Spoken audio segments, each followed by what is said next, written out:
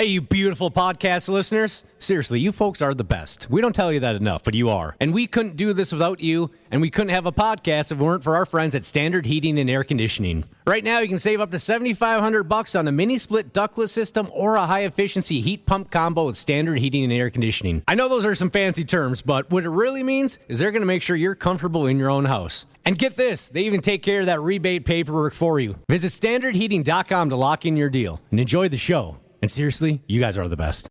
The 93X Half-Assed Morning Show. 93. According to a new article in Politico, several members of Congress said it's not uncommon for lawmakers to show up drunk for late-night votes, which explains the vote to add balls to the Washington Monument. Cash emergency. Yes, hi. I mean, obviously I know what you're doing, but you did this. You were doing this the other day. Hello? Showtime! Come on. I missed that guy. What are you talking about? What guy?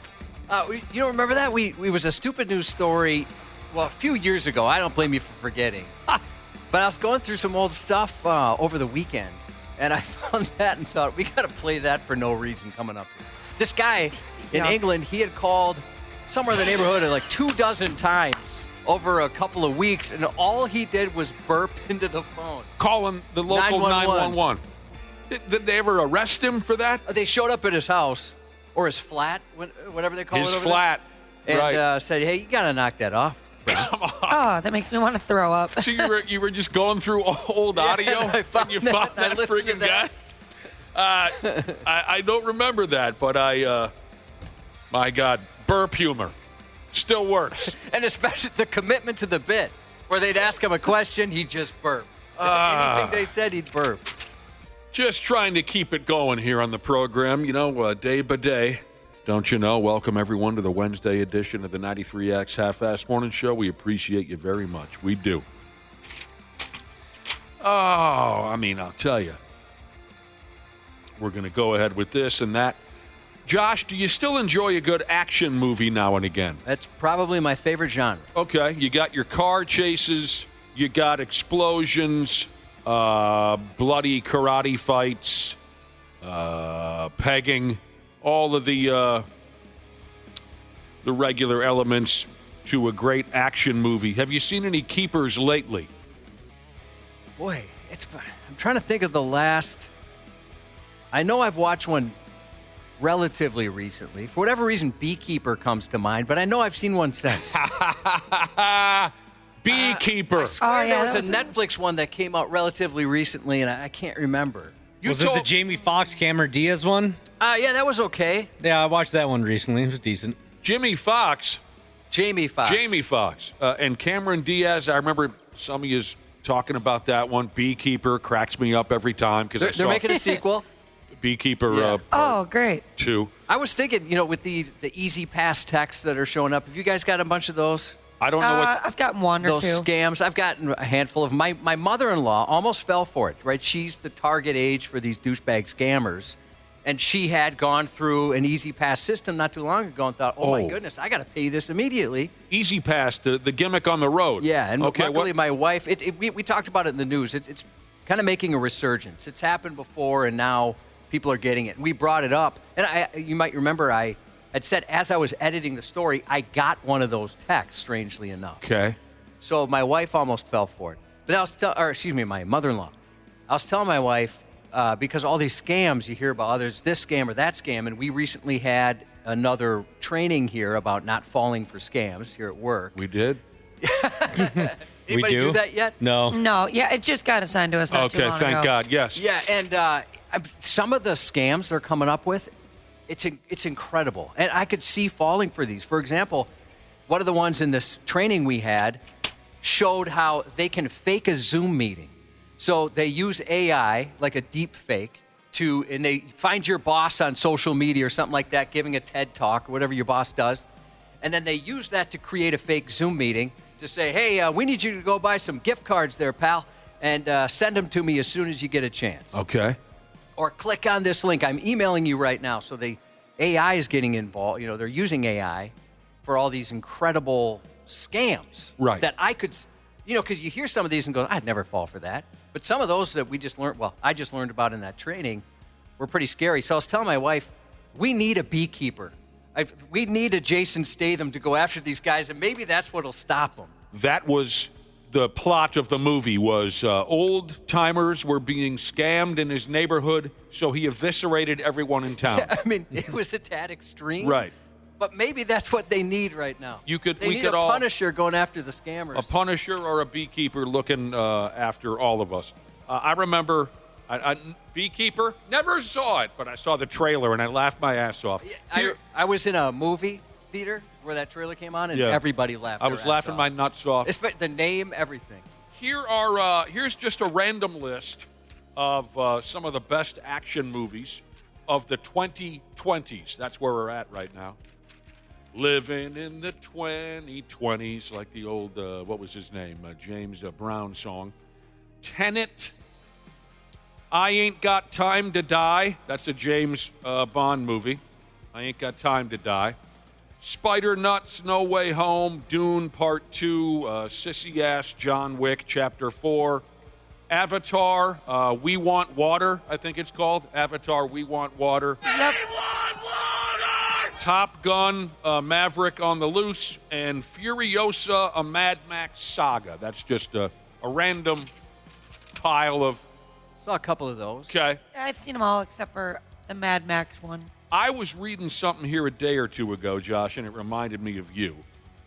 Movies, action movies specifically, from the 1980s that are too silly to take seriously.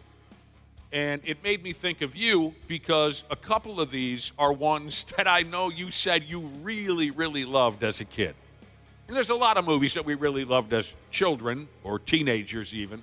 And then you see it as a grown person and you ask yourself, my God, what the hell was I so excited about?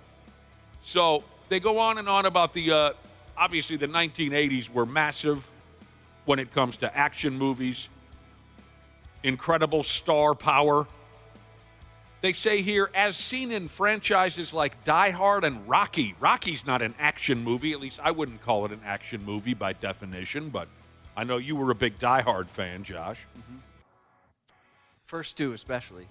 It goes on to say, while some of these movies manage to earn the respect of critics and audiences, others are just too silly to earn any kind of real acclaim, and they've become cult films. They say that the genre, action movies, are currently in the process of a stylish renaissance. I couldn't speak on that.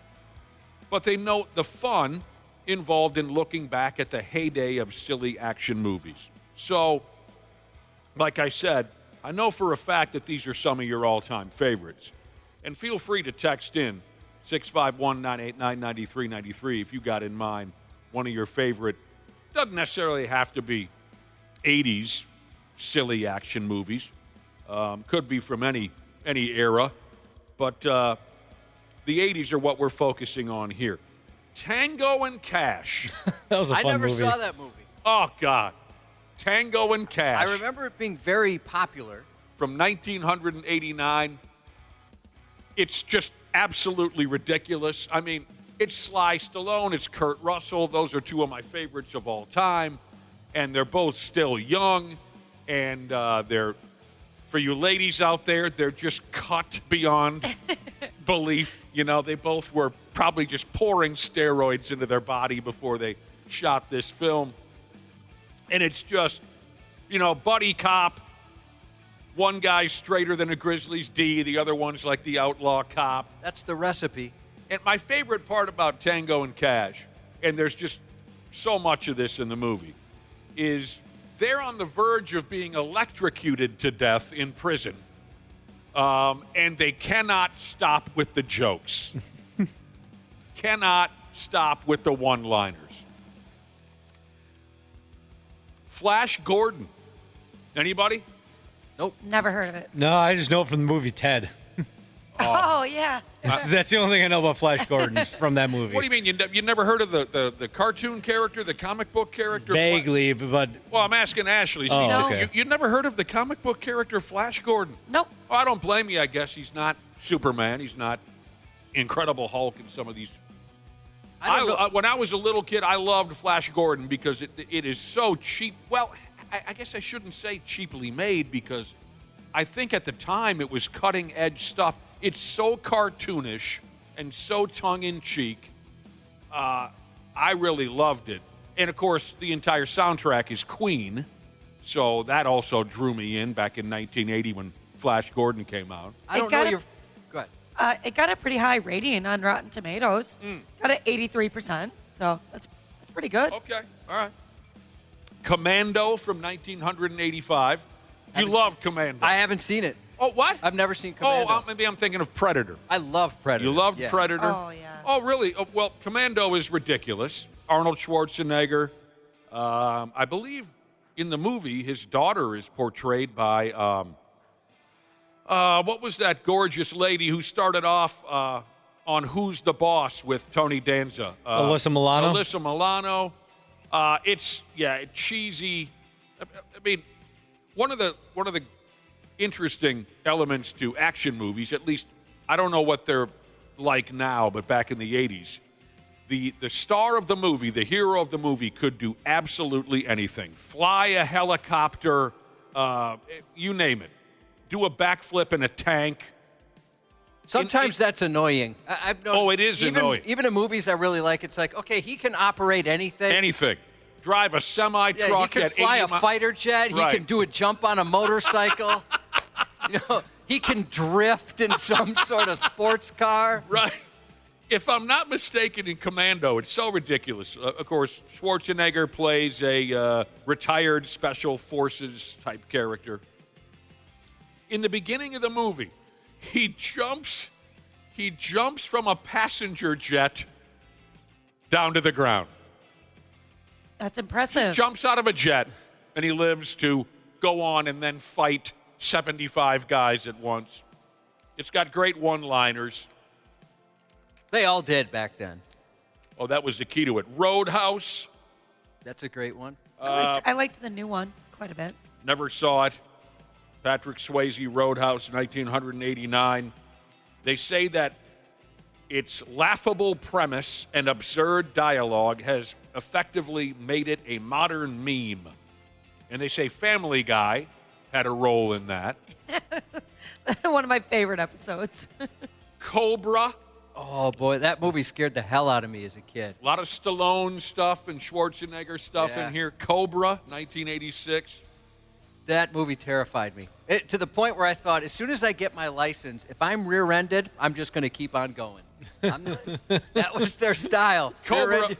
Some terrible stuff happened in that movie. I don't blame you. It scared you. You were pretty young when that came out. I mean, I thought it was just horrible. They're making a Cobra 2, by the way. Oh, no. Cobra. Sly plays Marion Cobra Cobretti. He's an elite detective in charge of protecting a witness from a dangerous cult. And the dangerous cult that roamed the streets in Cobra, their weapon of choice were axes.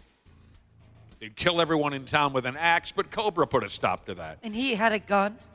It looks like on the cover. I'm sure he had a gun. I mean, it was an 80s action movie. That's what I mean. toothpick. So he should be able to He had a toothpick in his yap. get it done. He had a gun and a toothpick. He'd wear, what do you call those style of sunglasses again, Josh? Aviators? He'd wear aviators in the dead of night.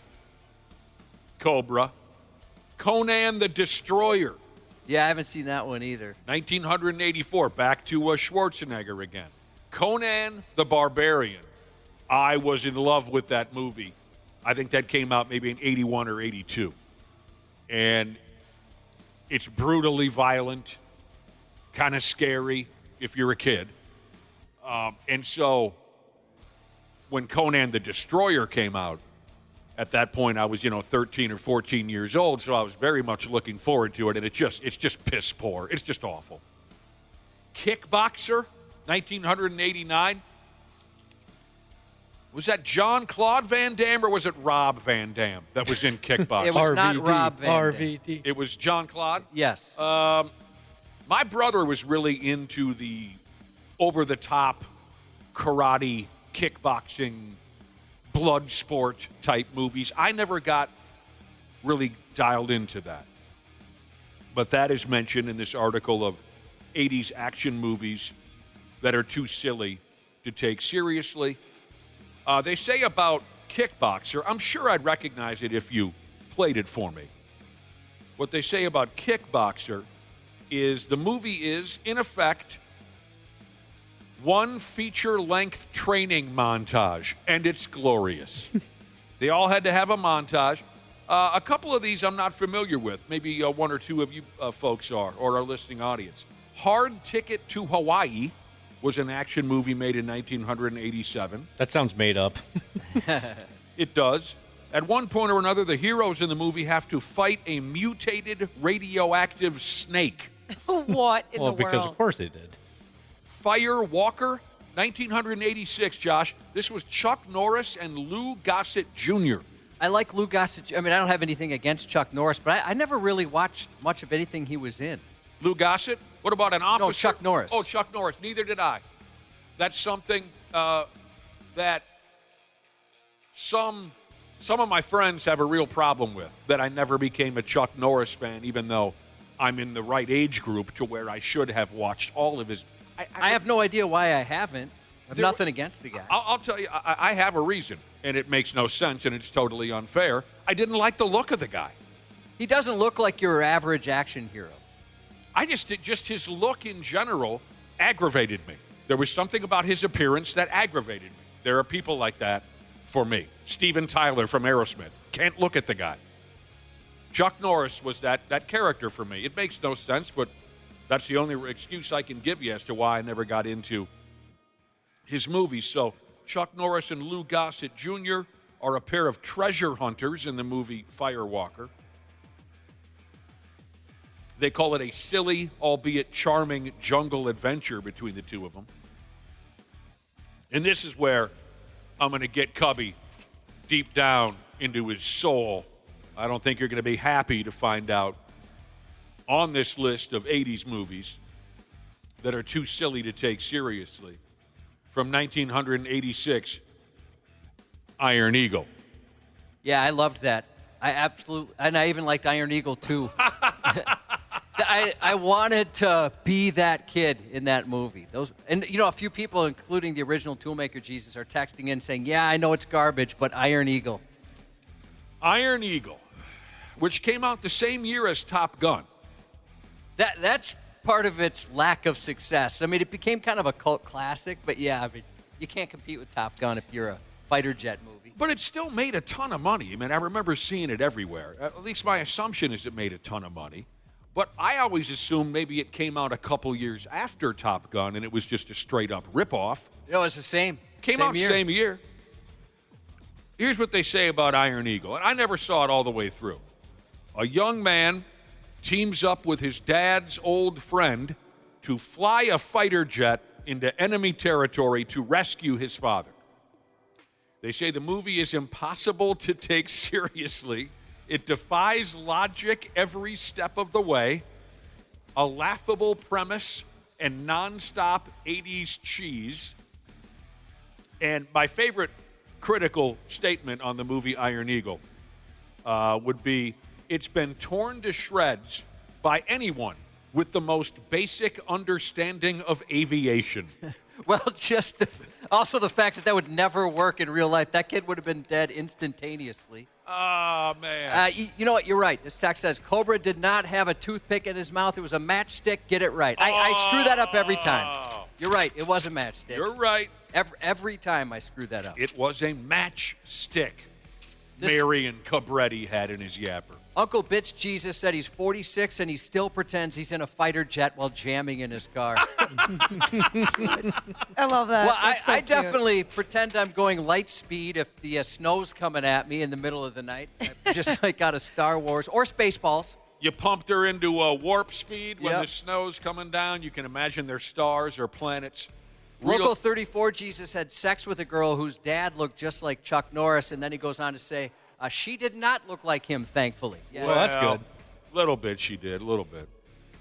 Real dirt nasty Jesus can relate to me, relate to the statement I made about the completely unfair statement that I made, I'll admit it, about Chuck Norris, that I could not watch his movies because his look was just off-putting to me. Real Dirt Nasty Jesus said he also couldn't take him seriously because of his appearance. Chuck Norris looks like he could have been in the band Brooks and Dunn. Yes, he did. Yeah. He did. That's true. Ah, it's fun. We had fun with those movies back in the day, but yeah. I miss that. It doesn't seem like they make too many great movies like that.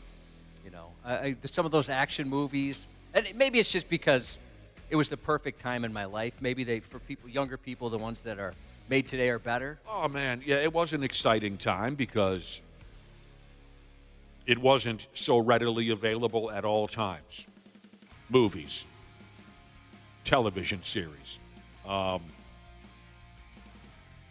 There was a lot of excitement when I was a sixth grade kid, and I know I was going to go over to one of my buddies' places, and I knew they had cable, and I knew, whatever, Commando or Rambo or something was making its grand debut on HBO. What do they call that in the business, Josh? The world premiere of that was very exciting. Grower, not a shower, Jesus, texted in to say, don't forget about Big Trouble in Little China. Well, now, hang on a second. I loved that movie, too. Hang on. We were talking about 80s movies that were so silly they couldn't be taken seriously. Big Trouble in Little China is silly, but it's also so well done, it would never end up on a list like that. That movie is hilarious. That's one of my favorite movies. It is. I could watch it every day. What was it? Romancing the Stone. I like that one a lot, too. Sure. Michael Douglas. So, there's a lot of great ones. I want to bring something up. So, thank you to everybody texting that it sounds different. Like the mics are having issues and our streaming services are having issues. We lost our one and only engineer on Friday, and so we're having some tech issues. So, we're getting so many texts on. I want to let you know you're not alone. We've brought in an engineer. They're going to work on it, so I apologize. I'm sure it's pretty annoying. Yeah, that can happen around here from time to time. Dana, why are you so tan? What's that? Why are you Finally. so... Oh, you want to talk about this? Ashley, yesterday she wanted to bring it up, and we got busy talking. Why are you so tan? It's embarrassing, but I got a spray tan on Monday. Was this for wedding pictures? It was for just to try it out before the wedding. I'm getting married at the end of the month, and we thought we would try it out to see, because we didn't want to do it 2 days before the wedding if we look like garbage, which I think I do. So I think this was a one and done for me. You set it on a little bit too high of a number. Yeah, I didn't, I just went in and did it. They spray you down. I felt awful. Oh, you had a person do it? Yeah. I felt awful for the poor woman who, I didn't realize that either, because we've all seen that episode of Friends where, Ross Geller gets the bad spray tan. That's the only time I ever thought he was funny. Yes. Never saw it. He played that perfect. It is. It was very funny. It was very fitting. That episode actually came on yesterday while I was, looking at my spray tan. So in order to test out what you would look like in pictures with a spray tan, you went out and got the process done. Yes. They overdid it. I agree completely. I've been there. I don't like it, and I felt so embarrassed yesterday, too, because you're not allowed to shower 24 hours, or you're not supposed to. I mean, you can do whatever the hell you want, but if you want to keep the tan, you're not supposed to shower within 24 hours, and you're supposed to wear, loose, baggy clothing. So yesterday the big boss was here, and I was in sweats, looking like an absolute goofball because I just got a spray tan, and I just looked like complete garbage. I felt so stupid yesterday. I think tan is unnatural on you. I had a warning because Dana had texted me over the weekend, and it's like, hey, were you the one that got a spray tan once? And I was wondering, why would that conversation ever happen? Because that was 25 years ago. Mm-hmm. And our promotions director at the time, we were going to go on a work trip to, I think it was British Virgin Islands. And she said, listen, if you don't get some sort of base or at least a spray tan, you're going to be in some serious trouble when we get there with how pasty I am. And I didn't have time. I wasn't going to go lay out or anything like that. So she said, go to spray tan. And I did it. So that was the one and only time I did it. And I don't know if it made any difference whatsoever. But at that time, you just went into a booth. Yeah, so yours was like self-service, Josh? Yeah, you just stand up and it kind of just sprays you. That's kind of what I assumed, and that's why I felt so stupid. It felt so bad. I'm like, this poor woman, I ruined her week. She had to me stand there in my boxers, her hosing me down. It was so embarrassing. Well, So you're just in your box? I'm in my boxers, like standing, and you had to do these weird poses, like your arms out, arms to the side, Right. palms up, palms down, and Is that face down, ass up. Is that an extra service, or do they just not have the booths anymore? You know, I'm not really sure. To be honest, I didn't do too much research into it. My wife was just like, or my soon-to-be wife said, "Hey, I'm going to get spray tan. Would you be interested?" I'm like, "Well, yeah. I mean, I am pasty white. It might be nice to get a little color in me." I didn't realize it was going to be this extreme. Double D, you look ridiculous. Double D, I know, I'm aware. used to work at a tanning salon. She said 24 hours is way too long not to shower. Should have waited 8 max. So maybe it's. Well, so it was like the morning after I could have, but I didn't really just feel like rinsing down at 3:30 in the morning when I woke up yesterday. So sorry I came in looking even worse than I probably do today. I wish you could have seen Ashley's reaction. It was hilarious. She was just confused. She wanted to bring it up immediately. As soon as she laid eyes on you, she came in here off air and said, "We have to talk about Dana. He looks ridiculous." And it's my fault. I just forgot all about it, and we don't really necessarily see a lot of you when we're live on the air. You're in an opposite studio. Mm-hmm. They overdid it. They did. I've been there. It was a jump scare for me, Dana. I was not expecting it at all. And when I saw you in the hallway, I thought, where did he go? Is he wearing makeup? You look like a turd wearing a Buffalo Bills hat. You're kind of turd colored. Yep. But when I did it, I ended up gorgeous, absolutely stunning. It suited me, and I told myself, "Oh, I'm doing this every 3 days until I die because I look so goddamn good." And then my pals busted my balls so terribly about it. I decided I can't do this again. They'll kick my ass. So let me ask you this now, as you're preparing to get married. Yeah. And there's a lot of couples who do this for their pictures or just specifically for that big day. You're not planning, you and this flavor of the month fiance of yours, you're not going to go ahead with any procedures on your teeth, are you? No, God, no. There was a couple, went to their wedding, didn't know them terribly well, like an acquaintance, went to their wedding, didn't stick around for the reception, to give you an idea of how much, it meant to me. It was just like a nice gesture, go to the wedding, get the hell out of there.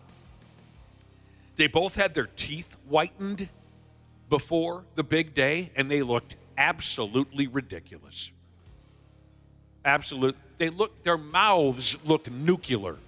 It just was so unnatural looking. So try to avoid that.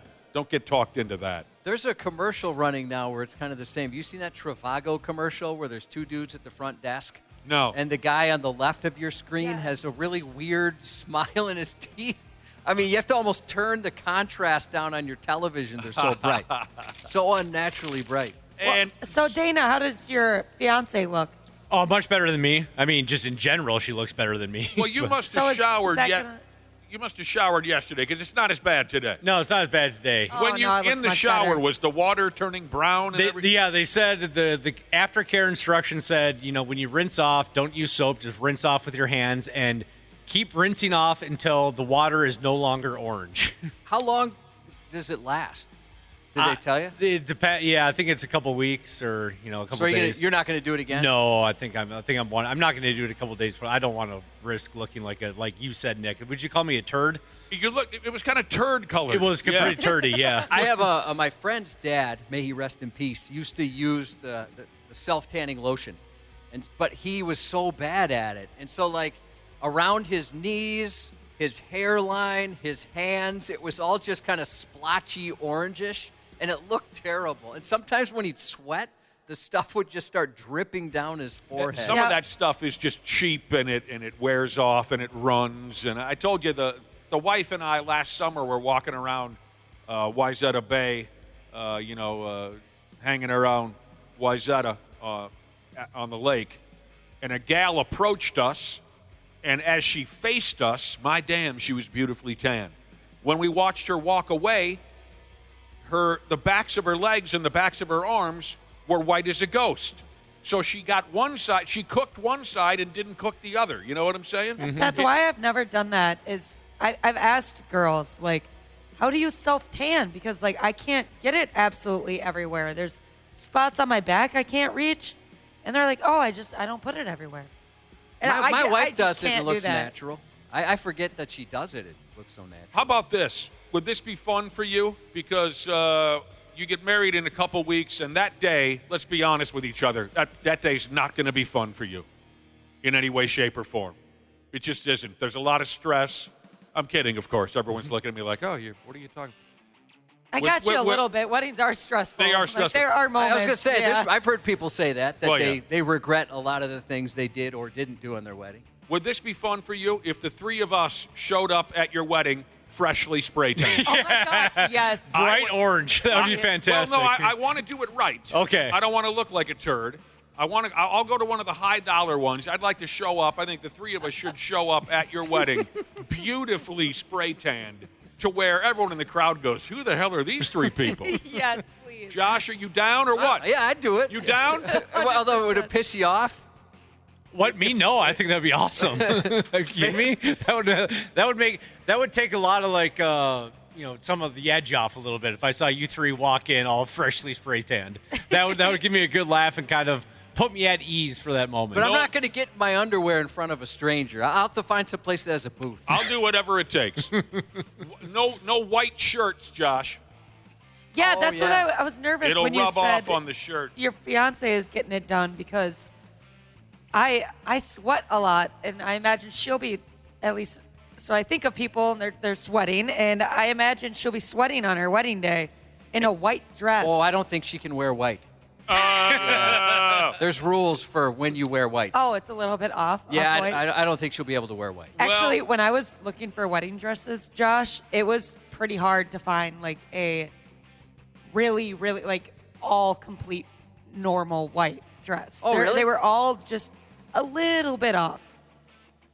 Everyone's a little bit off. That's for damn sure.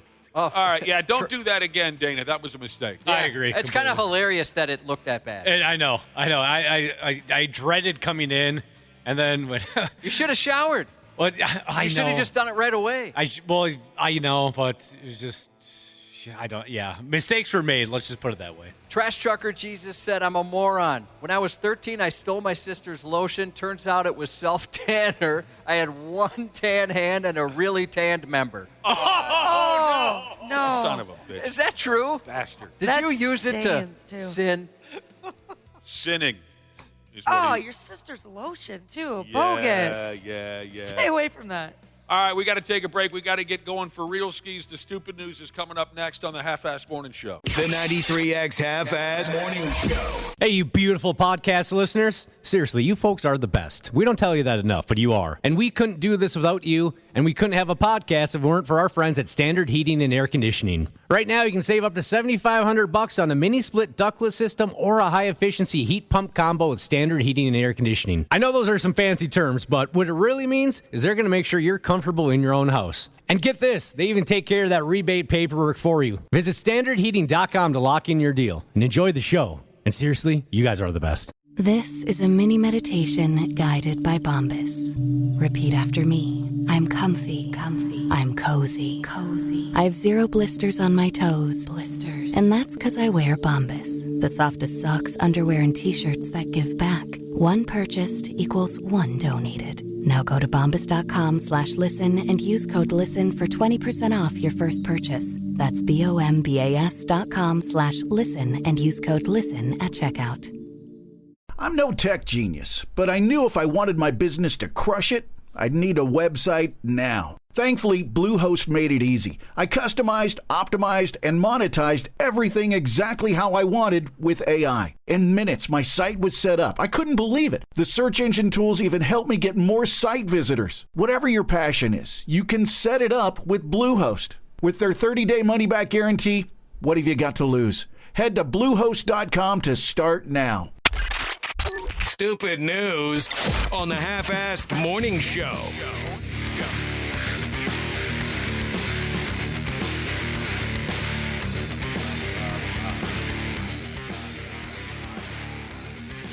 Yeah, we're going to get her going. We're going to begin with this effing guy. We're going to get it started with this effing guy right here. Unlucky sumbitch that he is. Josh? Present. This guy, he upped and accidentally shot himself in the foot while trying to kill a cockroach. And I get the attraction to this kind of a thing. I enjoy killing bugs and such. I do.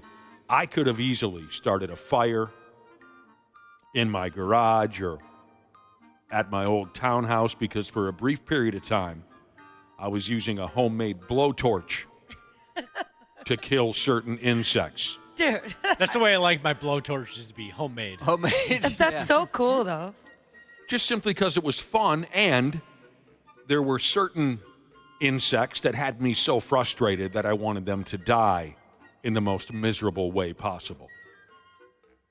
And I know to some of you that sounds awful, but they were invasive insects, not kittens or puppies. I'm not a maniac. But I had the homemade blowtorch going for a while there, Josh, and it was a lot of laughs. It must be the size of the cockroach, because anytime a story like this shows up, it's always a cockroach that somebody tries to kill in an unconventional / cool way. I wonder what it looks like when you shoot a cockroach. They're big bastards. I mean, is it just there's nothing left? I'm guessing there's nothing left. Just a little bit of juice. Or is it kind of like the Rambo movie, just Rambo, where he's blowing holes in the middle of dirt bags with a 50 cal? Yeah. I'm not sure. I can tell you this. Here's how things played out for this here fella. He's a 50-year-old. He gets around using one of those wheelchairs. And a day or two ago, he was attempting to kill a cockroach with his shoe. You ever notice, Josh, how some shoes suck and some shoes rule? Yeah. Yeah. Anyways. Let's get some shoes. He took off his shoe and he threw it at the cockroach in an attempt to kill it dead. You know, son of a bitch, he said, probably, as he released the shoe. And he must have simply forgotten that he had a damned revolver stuffed in that same shoe that he took off to throw at the cockroach. So when he removed his show, that gun fell to the floor, don't you know? And when it did, the gun discharged and the bullet made its way into his foot. Oh, when it hurt. I mean, it certainly could be worse, but you're right. I bet that sparked something serious. And the cockroach laughed its ass off, I would imagine. The last word we got around here is that brother man there ended up at the hospital. He's hanging in there just fine. I'm not sure if he kept all of his little piggies, but he's hanging in there. What comes to mind for me, it's a damn good thing his tallywhacker didn't catch any of that lead. That's the silver lining. Yeah, the bullet right, if it was didn't. the other way around. If he tries to shoot his foot but hits the quote-unquote cockroach, that could be way worse. The bullet didn't catch him on his Rodney. I don't like those cockroaches. Luckily, I've never had one anywhere I lived. I don't know if I've ever seen one in person. I've seen a few. Yeah, you have. I have? Yeah, we had one as a pet for a while. Oh, yeah. We had our little, before David Lee Rock, he was our mascot, the hissing cockroach. Yeah. Was it just cockroach Jesus or hissing cockroach or hissing Jesus? Hissing Jesus. All right. I loved him. And then I ended up, like every young person, I got sick of taking care of him. And so my mom and dad ended up taking care of him, and they got attached. They got very attached to him. I'm surprised you didn't just cut him loose in the home of one of your enemies or something like that. Oh, that would have been a great idea. What a waste. But then that might assure his death. He did live for way longer than I expected. Oh, he's dead now? Yeah, he passed away, sadly. Rest in peace. Oh. He passed on? By murder. Yeah. Someone refresh my memory. No. How did we attain a mascot cockroach? We had some bug experts in, and they brought him in for us. Said, hey, here you go. Because wasn't there like a praying mantis and like a walking stick? And they had a few other bugs they brought in. Yeah, that was crazy. We watched the praying mantis eat something. I can't remember what he ate, but that was one of the craziest mornings. I've seen quite a few working in restaurants. Ooh. And then I saw one in a friend's dad flew a bunch of us out to Hawaii to surprise him for his 21st birthday. They had some bucks. Word. And I saw one there that I bumped into, and I thought it was like an 8-year-old child. I said, "Oh, pardon me, sir." And it was a cockroach. It was probably as big as my hand. Oh, no. And my friend's dad said, "Yeah, they just don't die here. You know, the weather's so perfect, they just keep going." Run them over with a moped or something. Yeah, I mean, okay, now I remember our pet cockroach.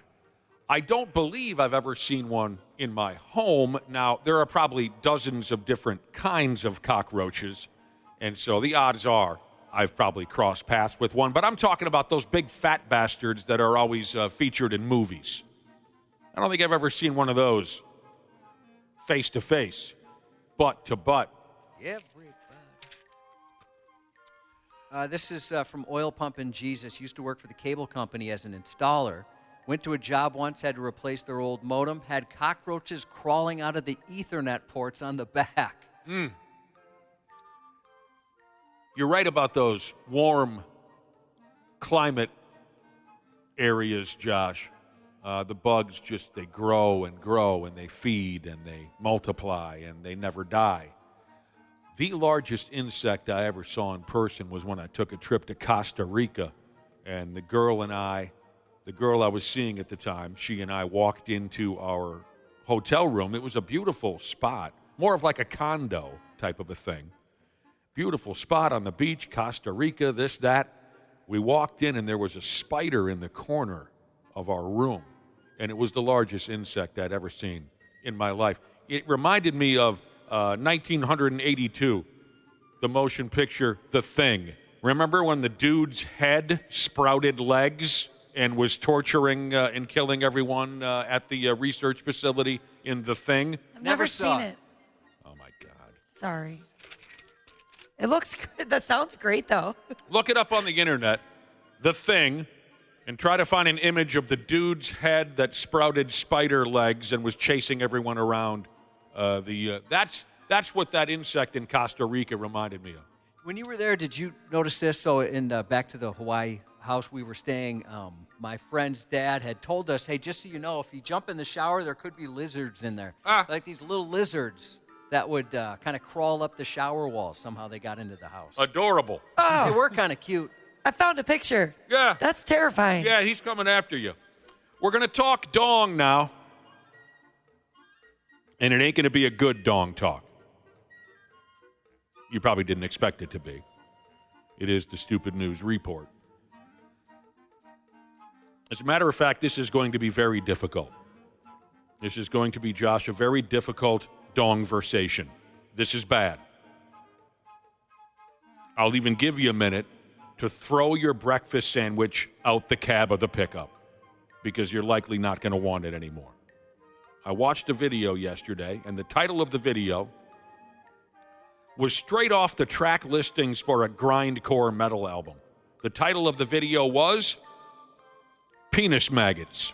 Oh, no. I'm going to start calling my son's friends that when they come over.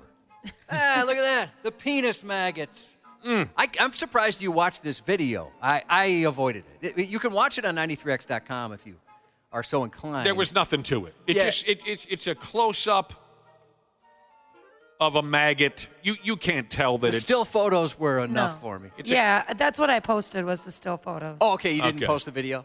It's just it's a incredible close-up of a maggot crawling around. You can tell it's inside some living being, but you don't know that it's not that bad. Penis Maggots was the title. But there's nothing musical about it. This was about one very unique guy in a place called Nepal who caught a bad case of penis maggots. Is everyone ready for this? Yep. If you're listening in a group, like maybe in a warehouse setting, keep an eye on the new guy. Maybe put him somewhere near the corner of the room in case he needs to puke his guts out. Maybe get him a bucket. There once was a man from Nepal, 76 years old. I would bet, Josh, he's He's seen and done some things, by God, at 76 years old. And you probably think, I've avoided a lot of things. Exactly. I made it to 76, and I've never had penis maggots. Life is good. Probably thinking he can put things in cruise control at this point in his life. The golden years, I believe they call it, Josh. Not so fast, Grandpa. He woke up one day with a problem. And that problem was, let me see if I can deliver this clearly. That problem was described as bloody discharge oozing from his rod. Oof. I mean, from anywhere, but that's pretty scary. Especially the rod. So he took a couple aspirin. He headed off to work. No, I'm kidding. He went to his neighborhood hospital. Doctors looked down into Grandpa's old pecker like it was a periscope. And they saw blockage. Okay. Doctors see blockage all the time. They're experts in blockage. But then they saw that the blockage was moving. Oh my gosh, my stomach just flipped. And I don't even have a penis. Not yet, you don't. That's when the doctors realized what they were dealing with. Live maggots were burrowing like they do, and they eat. That's how they... Live maggots were burrowing into an open wound near Grandpa's urethra. Now, the doctors didn't really say how the maggots got all up inside Grandpa's special purpose to swim around and eat, like I was describing. But they did make this unsettling comment. They said, flies are attracted to foul-smelling discharges from body openings. So, Josh, are they saying that Grandpa was laying around the house with his wounded wang and flies crawled into his... I think that's what they're saying. Yeah, I guess, or just laid some eggs right there. Flies were hovering around his... He didn't notice that flies were hovering around his general crotch area? Well, when I saw the story, I thought, oh, he humped like some dead meat or something. He must have done something, because how else could that happen? Had sex with some roadkill. So like Josh was saying, then the flies lay their eggs, and then the eggs hatch into maggots, and then the maggots begin to gorge themselves on your flesh, or in Grandpa's case, his flesh. Baby maggots called larvae were spotted wiggling around Grandpa's urethra. Some of them made their way into his bladder. So this condition is known by the fancy name of urogenital myiasis, when flies lay eggs in open cuts or moist areas. It happens, they say, to folks with poor hygiene or mobility issues. Grandpa, poor guy, he had suffered a stroke recently. He was dependent on his friggin' wife to clean him. And he said she was doing a pretty good job of keeping him clean. But because he was, what's the word I used a minute ago? Immobile, that made him an easy target. So how did they fix the problem? Doctors used turpentine oil on his pecker to force the maggots to surface, and then they manually removed them using a minnow scoop. I'd want to be knocked out. No, they didn't. That would be so hilarious. What? They had a. One of them had just gotten home from a fishing trip, one of the doctors. They had a bait bucket there. They had the minnow scoop. That's how they scooped them on. There's a lot of them, Ashley. They had to use a minnow scoop. They flushed his bladder up. How do you say it, Josh? Bladder? They flushed his bladder out. He was given a high dose of a parasite-killing drug. Grandpa looked at the bottle. What does that do? Kills parasites. Oh, good. After 11 days, they tossed Grandpa out into the street. He was free to go. But it wasn't over yet for old Grandpa Rotten Penis. Days later, they pinned him down and circumcised him to reduce the risk of future infections. You know, it's funny. A few people text in and said they must have circumcised him after that, or were guessing he was uncircumcised. Well, yeah, that turtleneck traps a lot of bacteria and such. So I remember in sex ed they told us about that. They taught how to clean if you had, you still had it, right? Oh. You still had your foreskin. They taught us how to clean it. Was that an all-boys class? No. Oh. Really? No. Interesting. They walked you through the process of thoroughly cleaning foreskin in your, what do you call it again? Sex ed. Sex ed class. Yeah, they talked about, like, you know, that's where I first found out there could be more than what was already there. You know, I was circumcised when I was born. I'm sorry to have you picture that. But I didn't even realize there could be a difference. And so they told us about it, and part of it was, hey, if you have your foreskin still, you got to do a little extra cleaning. What did they recommend? Tide? Minnow scoops. Minnow scoops? Yeah, you just scoop out any crud. I had a thought and I lost it. God dang it. You were talking about cleaning a penis. Oh, I remember now. A great text message came in from Emotional Boner Jesus talking about Grandpa with maggots running wild on the inside and outside of his rod. Emotional Boner Jesus said, you know what? That's where a good homemade blowtorch could have come into play. Oh, yeah, that could have taken care of things for sure. Now, for whatever reason, the folks who wrote this article from a website called The Sun, they cracked off a list of their all-time worst pecker stories. There's a lot of those out there. Well, they dumped what appears to be a top 5 on us, okay? And here they are. Number 1, a little moment of silence here. A man was forced to have his entire schlong amputated after developing gangrene following, quote, excessive alcohol consumption. Think about that next time you agree to have a final at your neighborhood bar. I never heard of that. The guy drank so much they had to cut his unit off for him? Excessive alcohol consumption? I got to tell some of the guys I hang out with. Number 2, doctors found bacteria that tends to cause food poisoning in a man's Johnson. What was he doing, feeding it? Humping the mashed potatoes. Number 3, a man had to have part of his special purpose amputated, again with the amputation after, we've heard these a dozen times or so.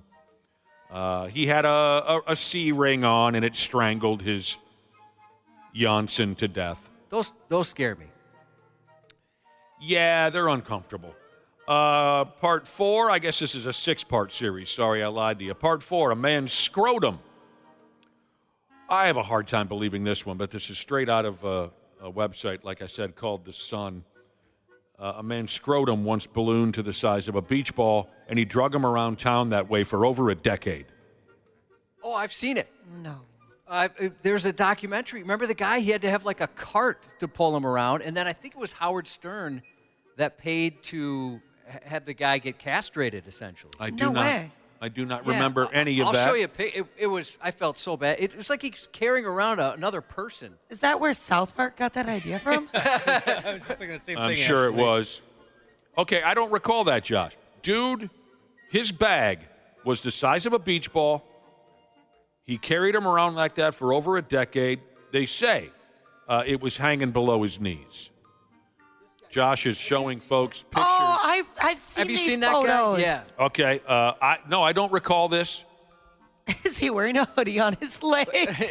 He does not. He looks so miserable. I wonder why. There are obvious answers to the question, why didn't he do something about this? Why did it go 10 years? It was over, actually, 10 years. No money. There was money. In this gentleman's case here, Wesley Warren Jr., it was a money thing. Oh, God. And I thought I remember that Howard Stern helped him out. He paid. So he's good to go now? For what I wonder if he's still around. I'm so happy to hear that at least you think this problem was corrected, because there's no way I'd make it 10 years in that condition. There's no way I make it 1 year in that condition. 132 pounds his testicles ballooned up to, and they did remove it. Okay. How's he doing? See if he can find anything else. Not trying to put you to task, but is he living a happy life? He's got a... Oh, no, he did pass. Oh! That's too bad. Oh! Son of a bitch. Scrotal elephantitis is what he had. Yeah, he actually passed in 2014.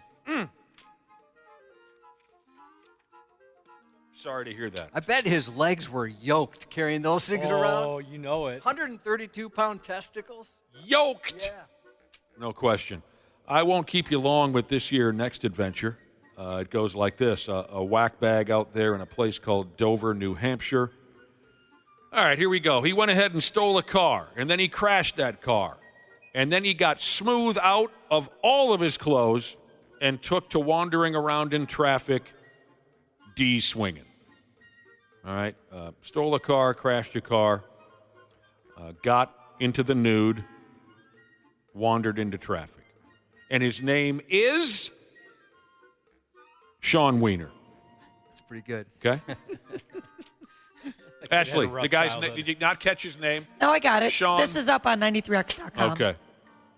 35 years old. He was charged with, a lot. Indecent exposure with lewdness, which means he likely touched it or pumped it in someone's direction. If I walk around naked, they'll give me indecent exposure. I'm naked in public, indecent exposure. If I touch it or if I pump it in someone's direction. Stop doing it. What? What did I do? You're pumping it. Did I pump? Twice. You know what? I don't want to ever be flashed. I don't want to run into a guy like this. But if he starts kind of doing a humping motion at me, I'm going to laugh. I'm that immature. Yeah. I know a guy whose mother got flashed. Yeah, I think I know that guy. My mom got flashed, guys. Downtown. Oh, Yeah. really? Downtown Minneapolis. That's terrifying. All she was trying to do was just park her car to go to a church function. Oh, no. Somebody whipped out the hog? Yeah, and he wasn't even creative. He had a trench coat on, like in the movies or something. Ah, Did he pump it in her direction? She never got too detailed. he didn't even have it in a box or anything? This was pre-D in the box. That is so horrific. Sean Wiener. He's the guy who... I think I'd be speechless if somebody flashed me. I wouldn't know what to do. God help us, you want to experience something that you don't see every day? Check this here kid out, and Ashley will jump in here in a minute and tell me whether he is or is not featured on 93x.com. An 18-year-old kid from India was awarded the Guinness World Record for the hairiest face on a person. Yep, he's up there. This kid looks a hell of a lot like Michael J. Fox as Teen Wolf from back in 1985. Yeah, he is Teen Wolf. Put a basketball uniform on this kid, and he'll win every Halloween costume contest until the day that he dies. Speaking of dongs being flashed. Oh, sure, at the end of... Oh, yeah. It took me a second to Same understand. here. The guy pulls his wiener out at the end of Teen Wolf, and it's still in the movie. Even when it's shown on TV, they've never edited it or anything. So I don't really understand this because did he just let it grow for the world record? Or does his family not let him shave it off? I think this condition that he has, maybe there's some negative side effects to shaving it off. You know what I'm saying? Oh, yeah. I would imagine it could cause some pain or some terrible irritation. 18-year-old kid, his name is something, Lalit. He earned the male version of the record. God help us, there's a female division of the hairiest face on earth award. Because I gotta find it. They only gave him the male trophy. He's been living with this rare hair growth condition called hypertrichosis, which is also known as werewolf syndrome. It's believed to only occur in 1 out of a billion people. Double balls. That is rare. He has hair on over 90% of his face ever since he was a little kid. He told the folks at the Guinness World Record shop other children at school were scared of him. But when they started to get to know him and talk to him, they understood he was not so different. He said, I'm just different on the outside, but I'm not different inside. He sounds like a nice kid. So you're given the choice. You can have this, werewolf syndrome, or penis maggots. Oh, God, werewolf syndrome all day, every day. I think I'd go penis maggots because you can ditch that pretty easily. Oh, yeah, you can. I mean, that we found out you just need the scooper and all then right. a pill or whatever. Bring them over. Bring over the penis magnets.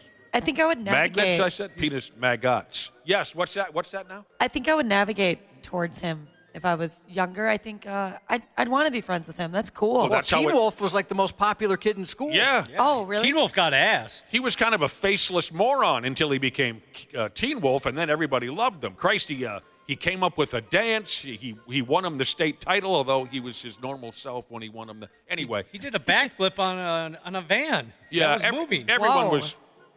Yes, Ashley, you're not alone. Everyone gravitates towards a teenage kid who overnight becomes a werewolf. Especially when he's great at sports. Great at basketball or any other winter sport.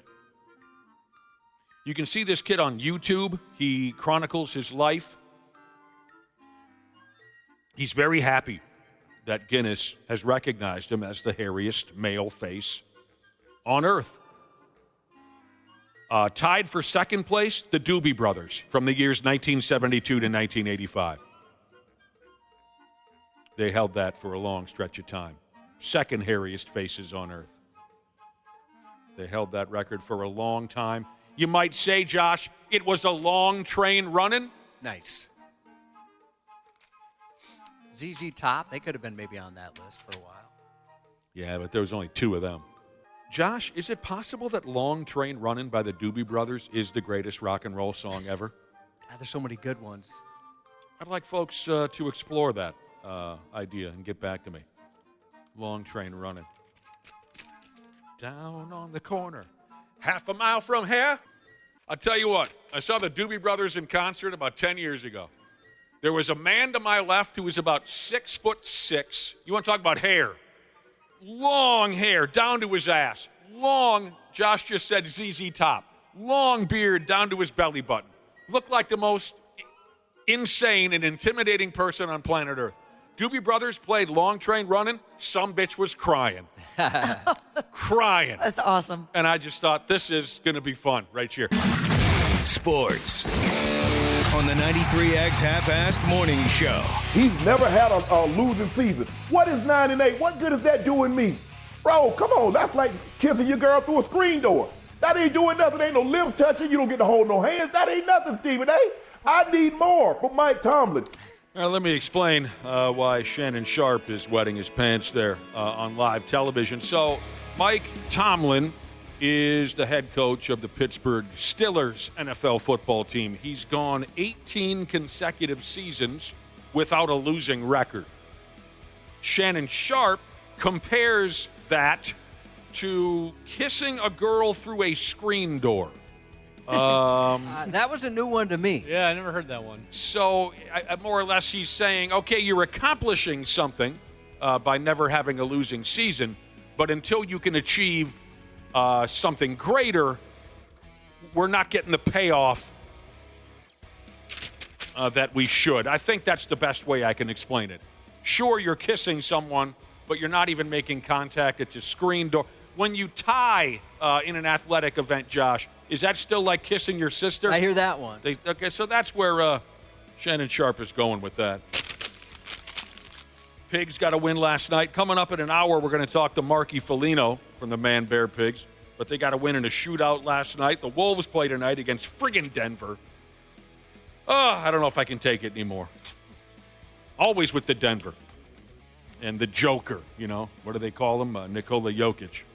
And we'll tell you about all kinds of things coming up in a half hour when Randy Shaver and Brad Ryder join us, including what's going on today with the girls' high school basketball tournament. Don't go anywhere as Josh's news report is coming right quick. The 93X Half-Ass Morning Show. Hey, you beautiful podcast listeners. Seriously, you folks are the best. We don't tell you that enough, but you are. And we couldn't do this without you, and we couldn't have a podcast if it weren't for our friends at Standard Heating and Air Conditioning. Right now, you can save up to $7,500 on a mini-split ductless system or a high-efficiency heat pump combo with Standard Heating and Air Conditioning. I know those are some fancy terms, but what it really means is they're going to make sure you're comfortable in your own house. And get this, they even take care of that rebate paperwork for you. Visit standardheating.com to lock in your deal and enjoy the show. And seriously, you guys are the best. No Contest Wrestling. O'Shea Jackson Jr. and TJ Jefferson with the biggest names in the game. Ladies and gentlemen, X-Pac. Getting suspended in school, that's the number one thing people, when they meet me, they tell me. I got detention. Yeah, everything. Ladies and gentlemen, Liv Morgan. I couldn't believe that was my time. I was so grateful. Talking about living dreams. No pun intended, TJ. Relax. I rarely do these anymore, but I was really looking forward to this. The No Contest Wrestling Podcast, part of the Rich Eisen Podcast Network. Follow and listen on your favorite platform. Half-Assed Morning Show. 93X.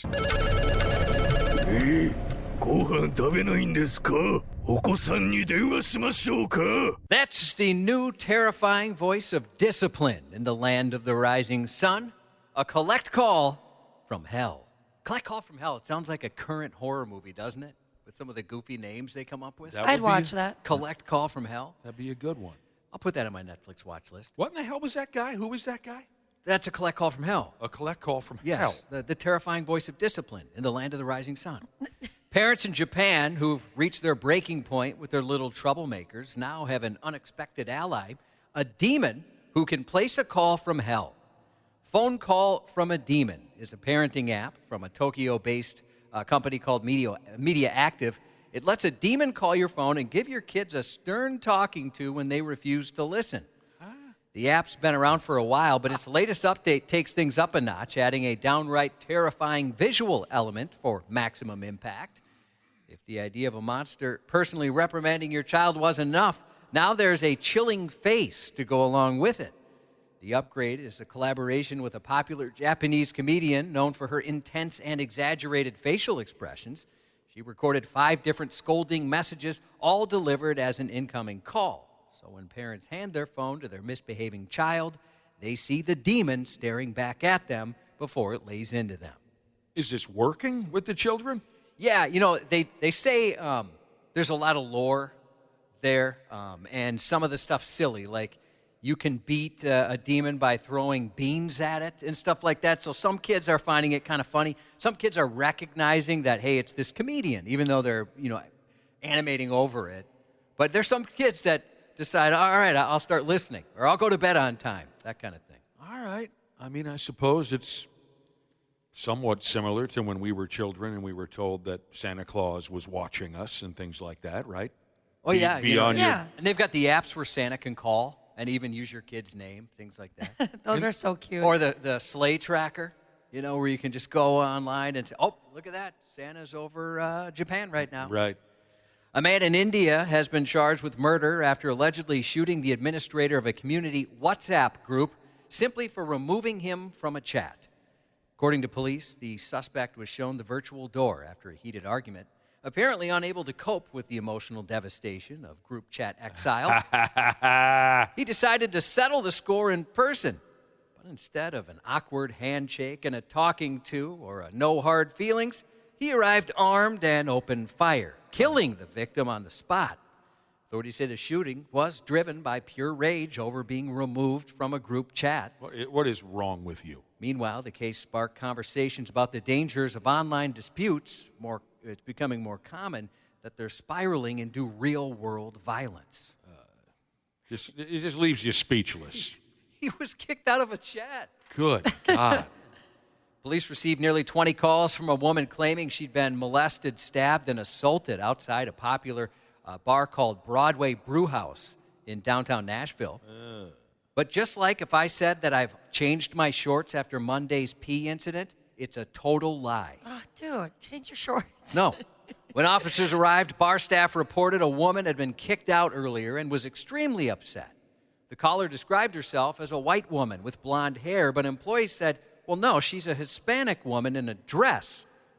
interesting detail to not get your race correct when you're calling about oneself.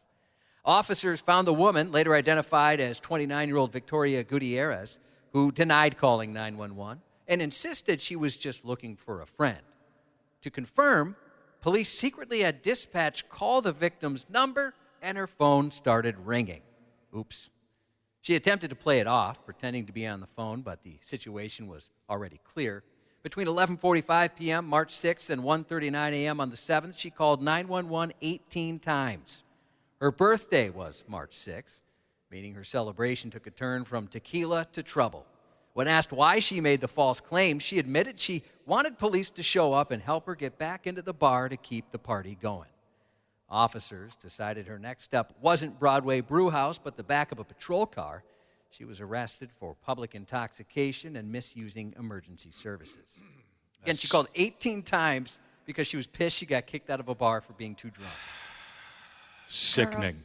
A 47-year-old woman from Arizona didn't react well when a friend told her she wanted to end their friendship, launching a cyberbullying campaign against her former friend. Of course. Complete with spoofed numbers, relentless calls, and a leaked nude.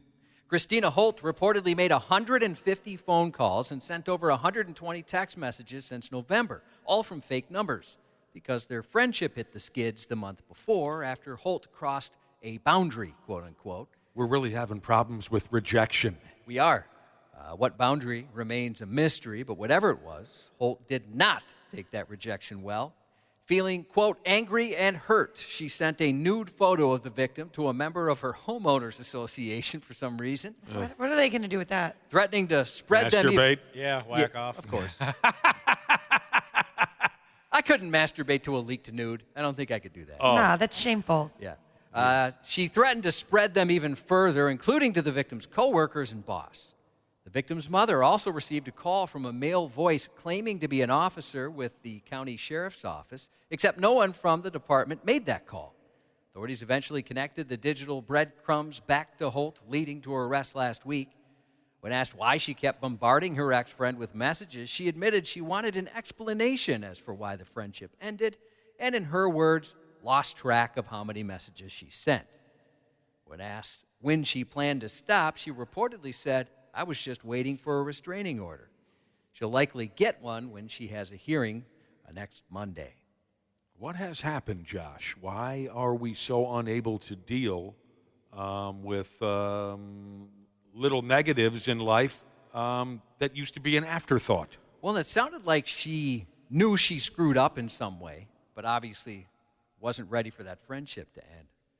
A Colombian courtroom turned into an accidental comedy club after prosecutors managed to derail their own trial, playing explicit and totally unrelated videos instead of crucial evidence.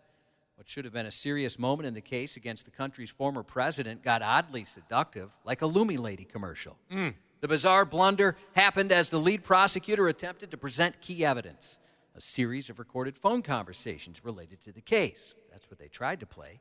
Instead, the first clip that played showed a short-statured man dancing with a bottle of liquor.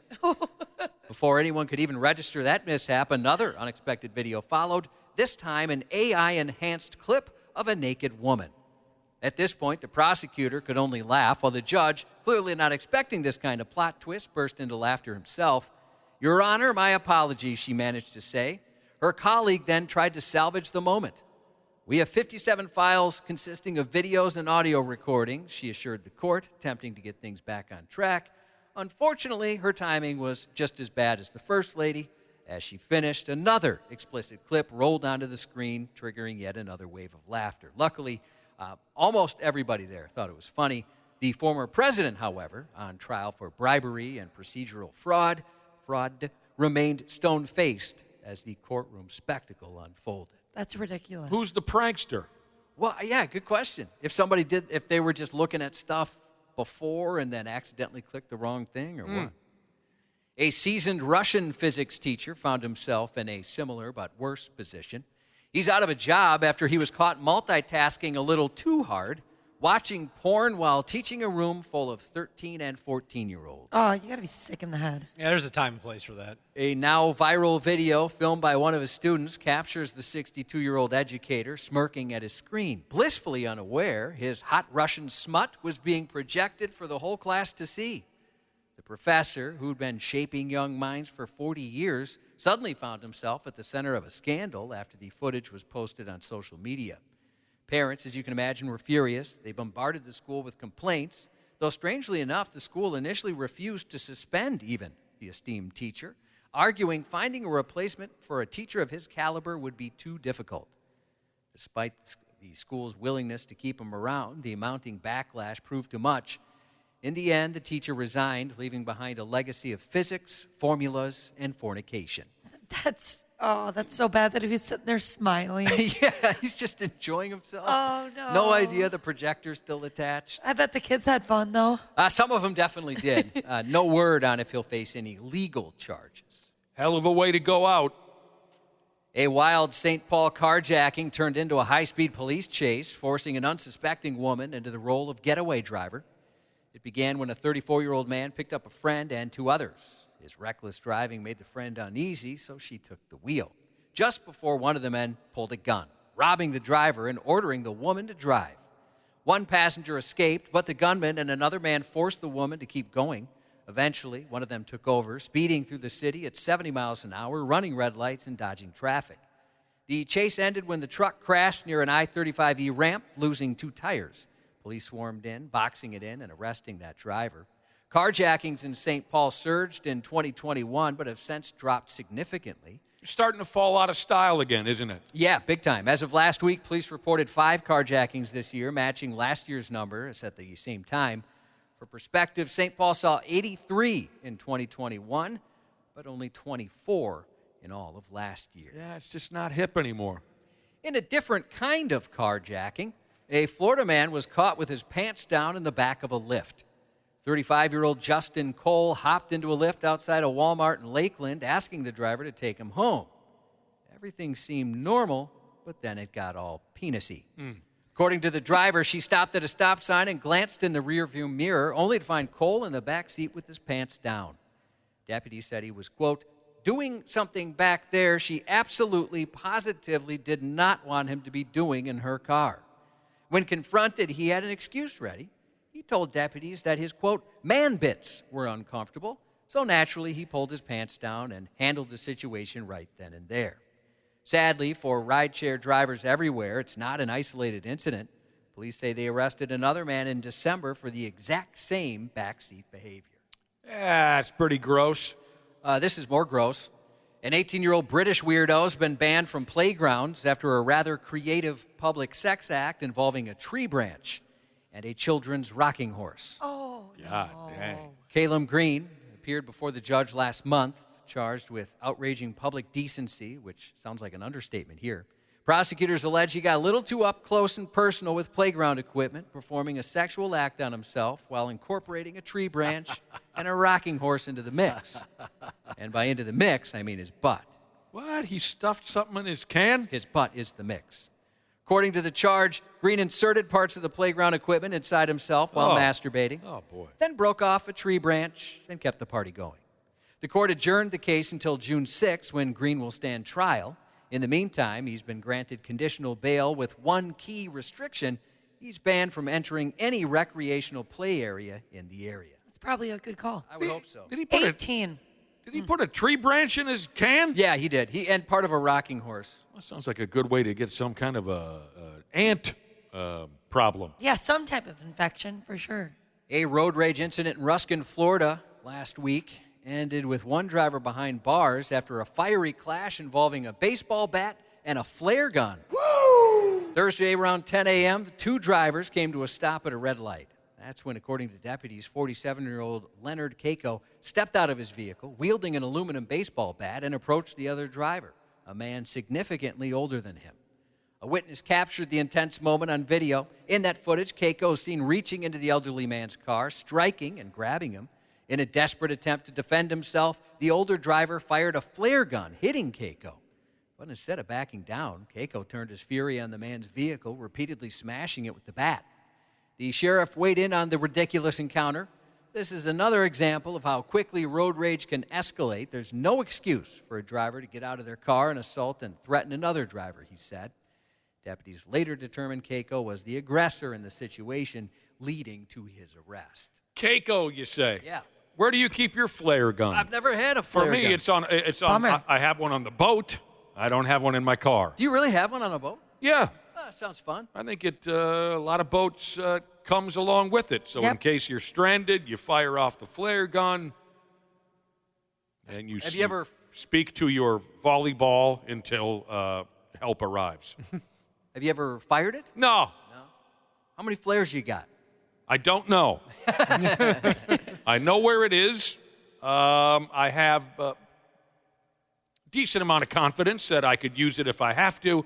But wouldn't that be something if I'm firing a flare gun off on Lake Minnetonka, for Christ's sake? You know. Yeah, it would seem unnecessary, but still fun, I bet. Every time I've been in the presence of one, I've wanted to fire it off. You're only human. They seem like so much fun in the movies. They do look cool. Only human, Smashley. Iron Maiden bassist Steve Harris, 69 today. Congratulations to longtime listener, the original Ass Man Jesus, 7 years cancer-free today. That is awesome. Incredible. Happy 20th anniversary to God's Gonna Sit This One Out, Jesus, from your smoking hot wife. Happy birthday to Brad Jesus. Brad Jesus. Yes. Okay. We got another Brad. Happy birthday to Brad, who we had the pleasure of meeting at the State Fair. Mom texted in a happy birthday shout-out. Hope it's a great one. Happy birthday to Rambo Bombo. Love me, Ma. And happy 41st to Eric from Mom and Dad, and that's 93X News. Randy Shaver. Never had a grown man send me so many pictures with his shirt off. On the Half-Assed Morning Show.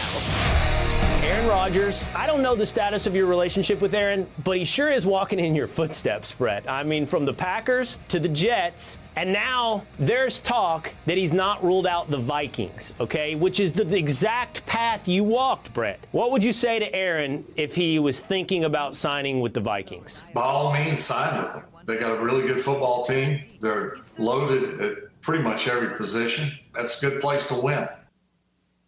See? Randy Shaver, Brad Ryder. Yeah. Ass man, lonely boy.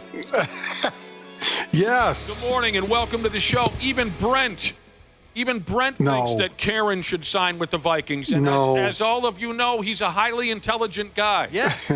He has done nothing to prove otherwise. No. Brent was calling in from the men's room there on a television show, and he said that he thinks that Karen should sign with the Vikings. I hope not. You don't want that kind of fun? No, I do not. I'm not trying to bring up a conversation we've had 100 times, but you don't see the fun in that? I see the fun in it, but I just think that the drama that comes with Aaron Rodgers, it just isn't what this franchise needs. They're finally moving in a direction where I think we can all sit here and go, wow, this looks really good. Well, I don't like the coach. How do you not like the coach? I'm sorry, but I'm still not sold on a guy who hasn't taken one NFL snap yet. Yeah, I agree with that part, Brad, but I will say that the fact that they've decided to address their offensive and defensive lines I love and use their money for that and make a significant impact on both of those lines, I think is a it follows in the footsteps of what the Eagles have done for years. The Eagles do this every year. I'm not going to swing from a guy's jock at quarterback that hasn't. I'm not doing that. Brad's not sold on the young kid, Josh, J.J. McCarthy. Well, yeah, he hasn't taken a snap. What did you say a minute ago, Randy? We're finally seeing, the team head in a... You have to stop caring about that kind of stuff and just think about the fun of a madman, being hired to play backup quarterback. More and more, doesn't it seem like it's going to happen? No, it it's seems not like it's going to happen. It is not going to happen. It kind of seems like it might happen. Josh says it's going to. I'm hearing there's some pretty interesting conversations going on in those coaches' offices right now. There are interesting conversations happening in the coach's office. Yes. I'm sure there are. I'm with you, Brad Ryder. The kid's never taken a snap, and how am I supposed to have faith in a coach who demanded a trade this offseason? Get off of him. Guy wanted to be traded. I don't think that's true. That got you to shut up. That got you to quiet down. Everyone, speaking of swinging from jocks. Oh, man. I wish. I just think of... And I'm kidding, all right? I'm kidding. There was talk of Kelvin O'Conrad being traded. I'd just like to add a little extra something or another into the mix. Boy, I just can't see the Vikings, chasing after Aaron Rodgers. It just doesn't. They're not chasing after. He's chasing teams. No, now. he's not. He's not. He's still under contract with the Jets. As of still right now, he's still a Jet. Yeah, he's not a free agent. So, but no one's chasing him down. Well, that's not necessarily true. He's the one making phone calls. Nobody wants him. That's why it would be so damn fun to have him here in town. I disagree. I think the Steelers and the Giants are two legitimate places where Rodgers could end up. So I just went to Google, and the first things I typed, just out of curiosity, I said, "Is Aaron?" And that's all I said, and the rest of it popped up, said Rodgers going to the Vikings. That was the first thing that popped up. Well, that just means that people are searching that. That's fun. I was actually going to look to make sure that he isn't a free agent. No, he's still under contract with the Jets until only 3 o'clock today. That's only a formality. Hey, Yes, do you know this guy? Do you know Dennis Ryan, who was a longtime trainer? Great guy. The Pro Football Hall of Fame is going to honor a former Vikings equipment manager by the name of Dennis Ryan. 48 years. I thought one of our previous Viking guests had talked about him and said how great he was. You know what? I think Matt Burke used to talk about, we used to talk about the donuts being brought in. Remember? Was that Kyle Rudolph? Maybe I forget. Yeah, that's Donut Club. That's right. But Kyle Rudolph. yeah, and Dennis was a part of that because they used to always have that in the equipment. All right. Here's what it says about Dennis Ryan's career as equipment manager for the Minnesota Vikings. 909 games he's been involved in from 1979 when he was hired full-time until the year 20 plus 22. There were 177 preseason games, 701 regular season games, 31 playoff games, all of them losses, which is shocking to read. He only missed 2 games, one when his mother passed and one when COVID hit town. So they're going to give him a word up at the Hall of Fame. That's amazing. Okay? 48 years with the same job? You know what they should do? They should put him in the Ring of Honor for the Vikings. Oh, yeah. They should. They should put him in the Ring of Honor. Well, he deserves it. You really like this guy. Oh, he's phenomenal. Great guy. Hard worker. Here's a quick story about Dennis, about his attention to detail. It says, when Warren Moon arrived in town in 1994, and boy, was I excited, Dennis Ryan found out from the Oilers equipment manager that Warren liked 3 slices of double mint gum in his locker on game day, and Warren Moon was floored when he saw the gum in his locker. And then the two began dating. No, I'm kidding. Good for that dude.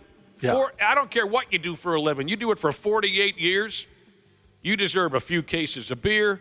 You deserve a watch. What else do they hand out, Josh, at retirement? Randy Shaver, you could tell us. What did they give you after your A kick in the pants? A kick in the ass? Yes. And Google Maps directions to the furthest point away from Golden Valley, Minnesota. Good for this Dennis Ryan. Imagine all the grief he got from players over the years. You know, I was thinking the same thing, Brad Ryder. Well, probably yes and no. They probably picked on him. Like in a good way. I'm not saying not necessarily all in a bad way. Yeah. You've seen it, Brad Ryder. Yeah, that's what the first thing that came to my mind, too. They're not very nice to the equipment guy, usually. Sometimes they're not, and sometimes they just are. Well, maybe early on in his career they weren't, but I think he earned a lot of respect in that building. Then it became a little bit more good-natured, but I'm just saying that, He had a lot of conversations in that office that I'm sure would make a great book. Oh, yeah, for sure. In 48 years being an equipment manager in the National Football League, he crossed paths with some impossible a-holes over the years. Yeah. Oh, my God. He would be a fun guest to get on the show because he's a really good guy. And I'm sure he's got some funny stories and some insight into the background or to, you know, in an NFL locker room that would be kind of fun to hear. I'm sure he has some fun stories, and I like fun, but you know what I want to hear? I want to hear him sell out some world-class pricks.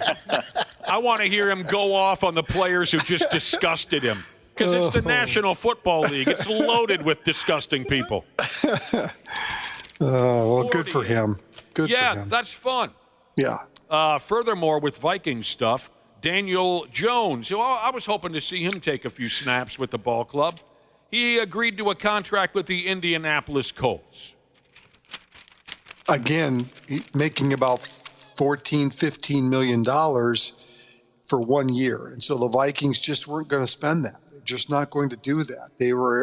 They plan on addressing other positions. And we saw that yesterday when they signed Will Fries, and they've got Jonathan Allen now. I mean, they've really done some remarkable things for their line, offense and defense. Brad's got an eye on that quarterback, though. He's not so sure about him. I'm with you, Brad. No, I'm not sold on him either. Friggin' but Michigan. I'm just saying that I think they address some incredible needs that they've had over the years. No, we get all that, Randy.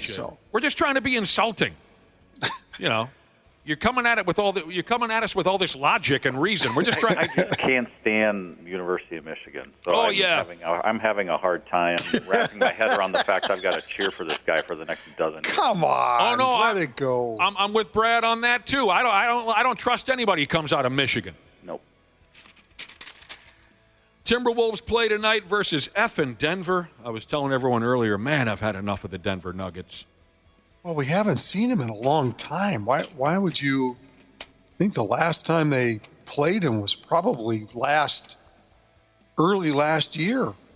Yeah, I think it was November. Well, I'm not talking about – I'm just saying as a whole, generally speaking, sure. There's often not any real reason behind some of my. I'm tired of seeing them on television. I'm tired of watching. I'm tired of seeing them on TV. You don't understand this isn't that hard to figure out, Randy Shaver. I'm tired of the Denver Nuggets. Sure, I get it. I was talking last night or a couple nights ago. Refresh my memory on this. Last year in the playoffs, Jamal Murray throws a heating pad or something onto the floor during play and didn't even receive a technical foul for that. Isn't that what happened last year in the playoffs? Was that 2 years ago? Maybe it was 2 years ago. Yeah. Anyway, tonight, 7 o'clock, Wolves and Nuggets.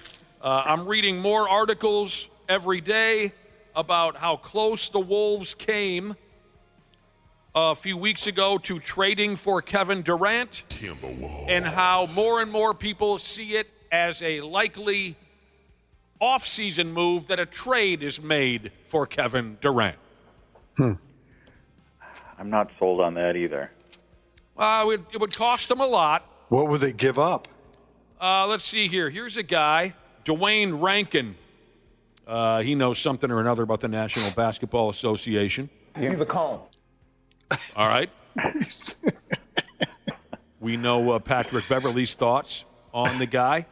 He has an idea what Phoenix's ideal asking price would be for Kevin Durant. When and if that time comes. 3 first-round picks and a young player. We don't have three. We don't have 3 first-round picks until like 2040. It says right here, according to me, it says right here. Is this correct? The Timberwolves have a first-round pick in 2025, 26, 28, and 30. That's what I have in front of me. I think we got one back in the Cat trade. Okay. That's what I have in front of me. I don't know if that's all legit.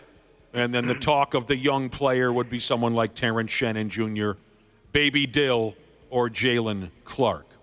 Just throwing it out there. Kevin Durant's going to be 37 years old when the season starts next year. I'm with Brad. I'm not hip on that deal. I just don't. I think it'd be fun. He ain't exactly the biggest team guy either. Yeah, don't mortgage your future. Yes, he's not the youngest guy anymore, but he's still putting up near 27 points a game. Again, I'm revolving more towards the fun aspect. You guys are more revolving around.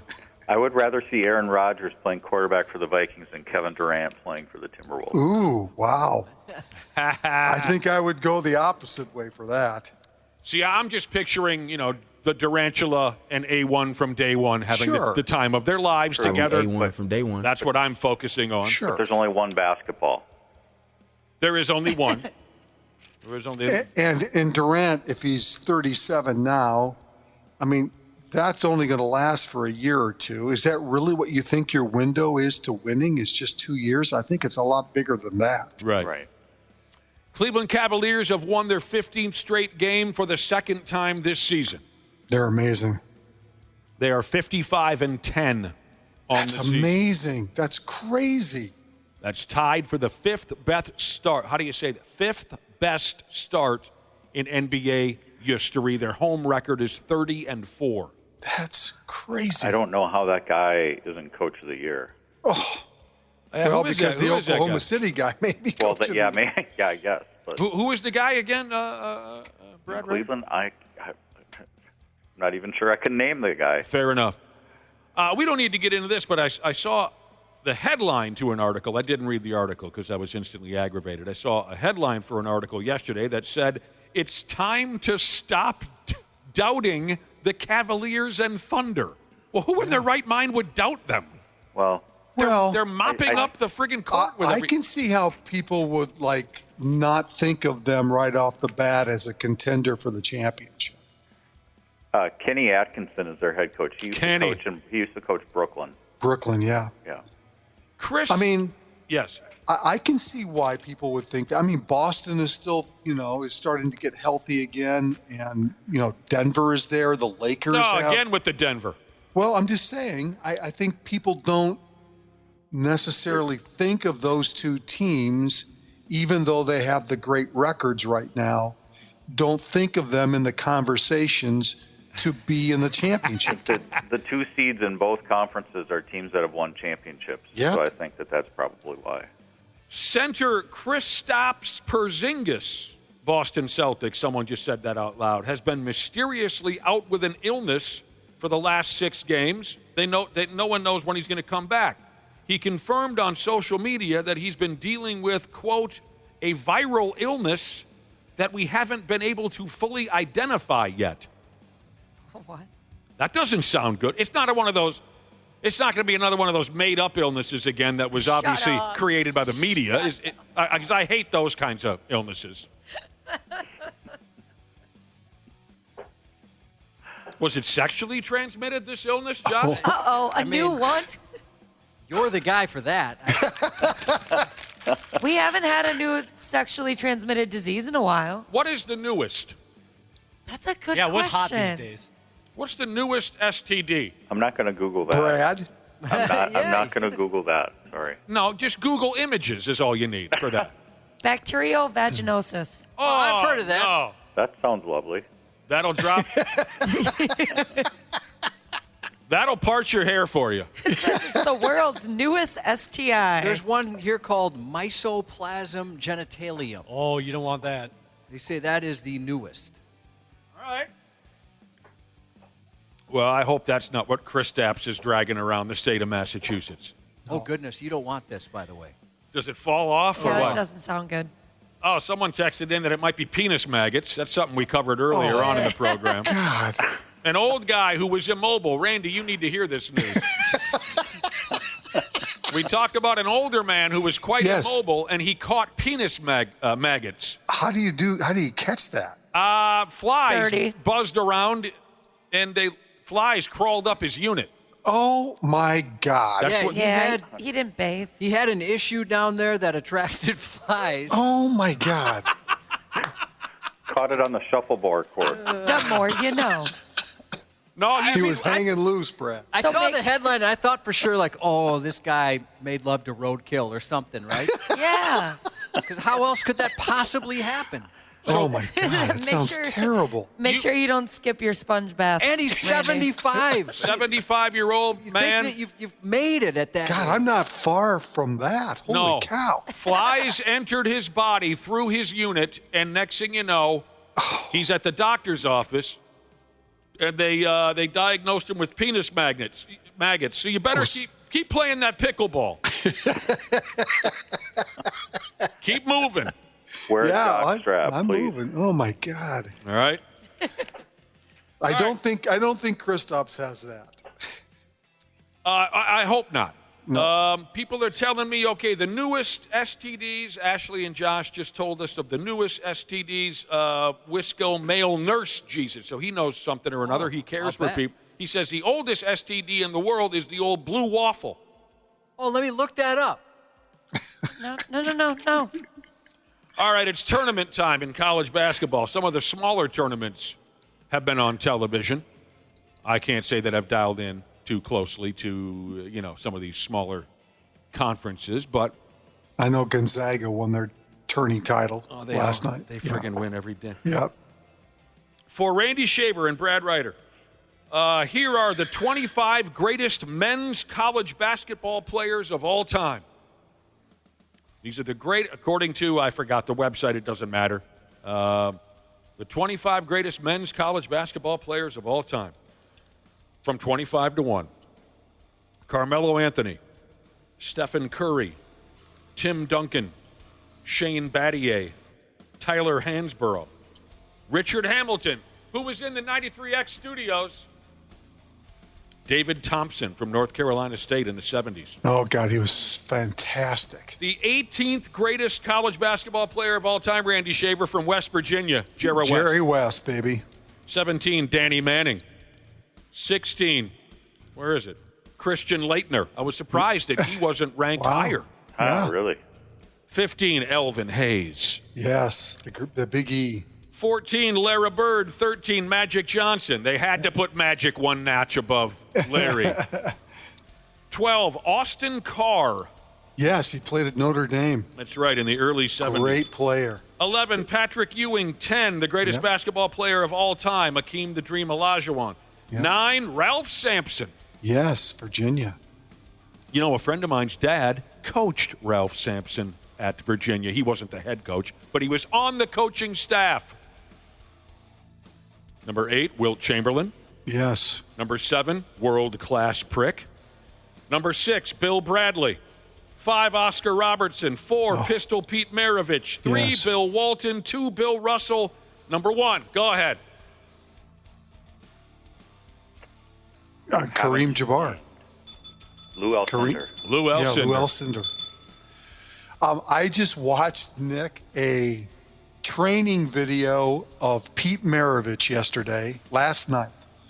Dribbling drill that Pete Maravich did. Yeah. From 1970 something. I don't know what it was. It's him laying on the court and dribbling with his fingers. and how to strengthen your upper, your wrist area and your fingers to be a good dribbler. Sure. It was amazing. Yeah. How good he was. Crazy. He was one of a kind. Oh. Golden Gophers play in the Big Ten tournament today, 2:30 against Northwestern.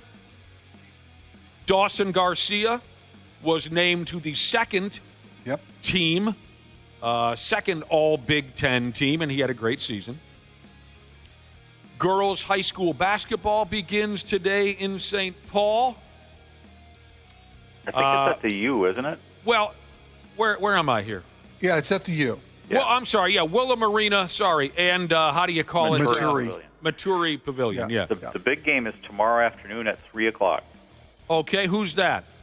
That would be McRae, and you know what the CC stands for in McRae? Clara City. Yes. What are the other towns there? Maynard and Raymond.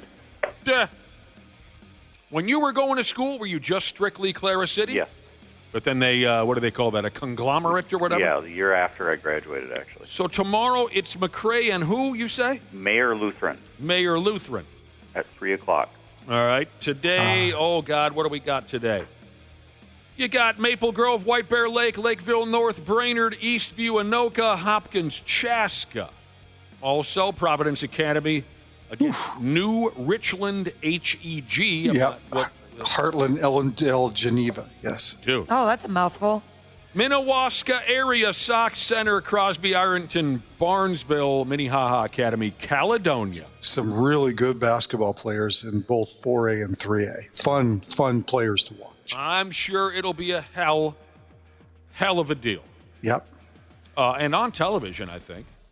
I don't think it is today. Nope, not today. Not the quarterfinals. Yeah. Oh, God. Not till they get to the semis on Friday and Saturday. Sure. Friday and then Thursday. Saturday. The Thursday semis are on TV. Thursday, yeah. Uh-oh. Says here, Tiger Woods suffered another devastating injury. He has suffered a ruptured Achilles tendon. Oh, he'll quit the game. What movie? Caddyshack. He suffered a ruptured Achilles while training for his return to the golf course, and now he's out indefinitely. Ouch. Yeah, had to have surgery. Yep. He was preparing. He was preparing for a tournament on April 10th called the Masters. Heard of it? Felt a sharp pain in his Achilles, and they deemed it to be ruptured. Most people online are predicting that this is just like the end for him now. Kind of seems that way. Yeah, it really does kind of seem like it. Yeah. Josh, when you're sliding down the slide and your balls collide, what's that called?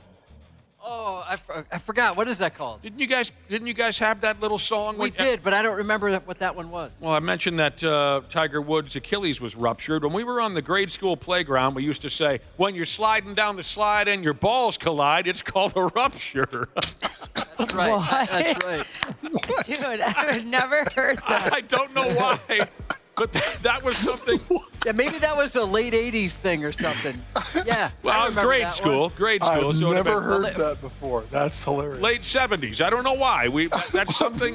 What? I lived in the late 70s. No, Well, come no, on. grade school, Randy Shaver. Come on. I don't know why you'd be hanging around us. You were 31 years old. But we always would say, when you're sliding down the slide and your balls collide, that's called a rupture. I don't know why. Oh, God. Well, we feel bad for Tiger Woods.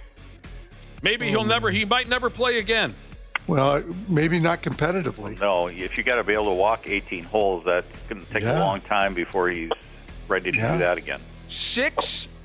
Let me see if I have this right. He has gone through 6 separate back surgeries in 10 years. He has a rod, some pins, and some screws holding his right leg together from that car crash. Right. And don't forget, he's still got that pissed-off ex-wife lurking in the weeds with a sand wedge in hand, I would imagine. She's still following They're him back around. together? They're back together. No way. Yes. What? Yes. What was her name again? Elle is the name. Nordgren. They're back together? That's what I read that last. No. Are you serious? Yes. We should. I haven't seen that. Wow. That's crazy. No way. Hell, I might get a second chance from the ex-wife then. No way. If Tiger got a second chance? I need to read more about this. He had Hooters waitresses just windmilling Look it up, in. Ashley. Look it up. I think they're back together. The Hooters. He was just pinning them all over at Hooters. All right, the star of our Minnesota Wild update is winger Marcus Foligno. Good morning, Marcus. Good morning, guys. How are we doing? We're doing great. You sound great. You got a nice win last night in the shootout. How often do you get a crack at the shootout? If it goes to 17 or 16 or 18 shooters, I usually play. Yeah, we haven't really practiced much of it in practice, so I mean, that's what some coaches do. They'll like wait for practice, but they're like, let's be serious, we'll do a shootout, and then who's ever hot in practice will probably be the next guy up. But we usually go with the skilled guys like Boldy and Zuccarello, who had beautiful shootout goals yesterday. Oh, I'd like to see you out there. I'd like to see you score one with a goalie between the pipes, for Christ's sake. I'll keep the empty nets. I don't care. I love it. You got a win last night, 2-1 in the shootout over Colorado. And you guys have been struggling to put some goals into the net here lately, so that must have felt pretty good for you. Yeah, you know what? It's just that's how it goes. I mean, we played a lot better. We had a lot better chances, I think quality chances last night, and just really liked our game all around. I mean, we kind of played. First period was a little bit 50-50, and I thought the second and third we really played a really structured game and a little bit more offensive game. And hey, you know what? We're a couple shots from the point, things like that, bounces here and there. We'll start going in, and you'll see goals get piled up. But right now, you got to play defensive hockey when it's not going in, and I think we got away from it for a little bit. And Gustafson played great last night, but now that's what we have to do when you're in little ruts like this. You just got to kind of bunker down and just play solid defense, and slowly the goals will come back. Yeah, I hear you. Win's a win is what they say. A win is a win. Right. Real quick before I forget, Randy Shaver, you wanted to make sure I ran this by Marcus the next time we talked to him, and here we are. Of course, you got a nickname already, Moose. Not that you need a new nickname, but a few days ago, I couldn't quite come up with your name. No offense, I have problems at times. I have problems remembering people's names, and in a pinch, I referred to you as Tough Guy McGee. Can you... Tough Guy McGee, nice. Can you live with that one? Catchy. I can live with that one, yeah, for sure. Right. Tough Guy McGee. Tough Guy McGee. Beautiful. Yeah. If we stay friends in the offseason, next year in a preseason game, would you put that on the back of your sweater for one game or something? Yeah, I just want to know who you said that to. It was like, oh, yeah, Foligno. So someone else is thinking on the same page if you're talking about that. Pretty good. A lot of people are thinking about that then. They knew who I was talking about when I said tough guy. Tough guy, damn McGee. Yeah, just put McGee on the back of the sweater. Oh, man. What else is going on? We were just talking about Tiger Woods a minute ago. We heard bad news. He ruptured his Achilles. Are you a golf fan? I am. I am. I'm a big fan. Love the game. But, man, this guy, I don't know how many surgeries he has now. It's crazy. I think I just read it. 6 back surgeries in the last 10 years. And then when he got in that car wreck, if you remember, they had to put some pins and some rods in his leg and whatnot. So you would have liked to have seen him here at the Masters, I would imagine. Yeah, definitely. I mean, I think it's sad for the sport when he's not in it because it's amazing how much attention he gets. But yeah, I mean, it's like this guy can't catch a break or something. You just want him to stay healthy and be able to play a full round of golf. But he's getting up there, and I think with all the surgeries he's had, I mean, it's a miracle that he's even walking. So I don't know. I think golf eventually is going to have to move on here with another face. But it's still tough. You always want to see Sunday red, right? So. Yep. I don't get that reference, but he always wore red on Sundays. Oh, is that right? Yeah. Yep. Did you hear? Now, did we confirm? So you're not much of a golf fan, then? No, I don't follow it. He's the furthest thing from a golf fan. No. Unless there's a windmill involved or something. It is kind of... Golf Guy McGee. That's all your nickname. You're going to call me from now on. You're going to call me Golf Guy McGee. That's right. I'd wear that anywhere for you, Marcus Foligno. Anti-Golf Guy McGee. Anti-Golf Guy.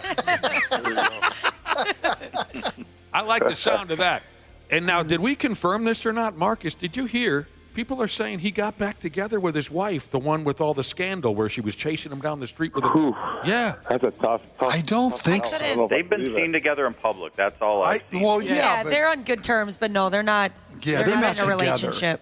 They mentioned somebody else. Yeah, they got the kids. They're handling the kids properly. Yep, exactly. Yeah. All right, so maybe they're not a couple again. Because I was this is what I was thinking, Marcus. I was thinking, if Tiger, after what he did, can get back together with his wife, guys like you and I could get away with anything. You know what I mean? Yeah, I don't want to test that one. Those waters. Jeez. Man, all right. So they're not back together again. She had a good mind to beat him into next week when that was. Yeah. Good for her. Didn't she throw a golf? I think she had a pretty good reason. Yeah. Knock him into next week. Yeah. So you're a bit of a golf fan if you knew that she took a 7-iron in the back of his truck. That's pretty good. Yes. Not always anti-golf guy McGee over here. That was too good of a story to avoid. drama golf guy McGee. Yeah. We love a good drama story. Yeah. Yeah. No, yeah. That's maybe she's got a better swing than he does. We don't know. Yeah, he got into his Escalade, and like any normal man, he said, "I'm going to get out of here and worry about this later." Right? He's racing, and she caught up with him and put a 7-iron through the window, and he thought, "Oh Christ, this is it for me." That's right. All right. Speaking of your role out there on the ice, Marcus Foligno, sometimes you got to straighten some fools out. We know that, and we love you for it. I was watching a video of, tell me if you recognize some of the names, Simon Benoit of the Toronto Maple Leafs. Have the two of you ever had a problem? We've had some pretty good hits and stuff like that, but nothing. No, I don't think he's ever wanted to fight. So, okay.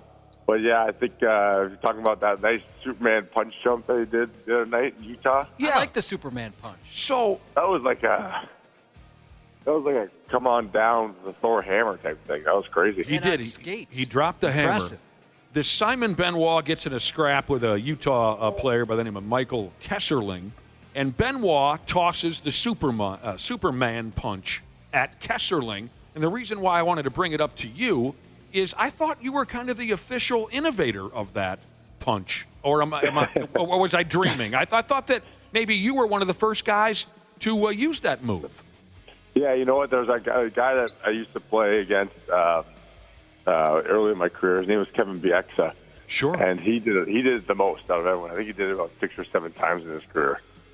So it was just that quick punch with like a little bit of a jump to it, and obviously he's a Superman punch. But he's the one that was like known for it. So it was one of those things where like he's not in the league obviously anymore, and I just was like, hey, you know what? I want to try out what he's done. So because he's caught more guys with it that I think me or that Benoit guy did. So he's pretty efficient with his right hook and how quick it was, and it's a good little tactic. We'll move to get guys caught off guard in a fight, and it's something that there's different. Depends on how high you can jump and stuff like that. So it's impressive. All right, am I having a stroke, or do I hear a baby crying in the background? Yeah, I can hear the kid. Is that your young baby? Sometimes it happens every day, and you feel like you're having a stroke. But no, she's here. Oh, first time on air? Yeah, probably. She's a natural. Got her outside for a walk right now. I think she wants to get going home. That's why. Well, we appreciate you taking the time to chat with us, even though you're doing a little daddy daycare type of a thing. It's just getting her out of the house, That's a good thing to do. Good thing to do. You gotta run them till they're tired, right, Josh?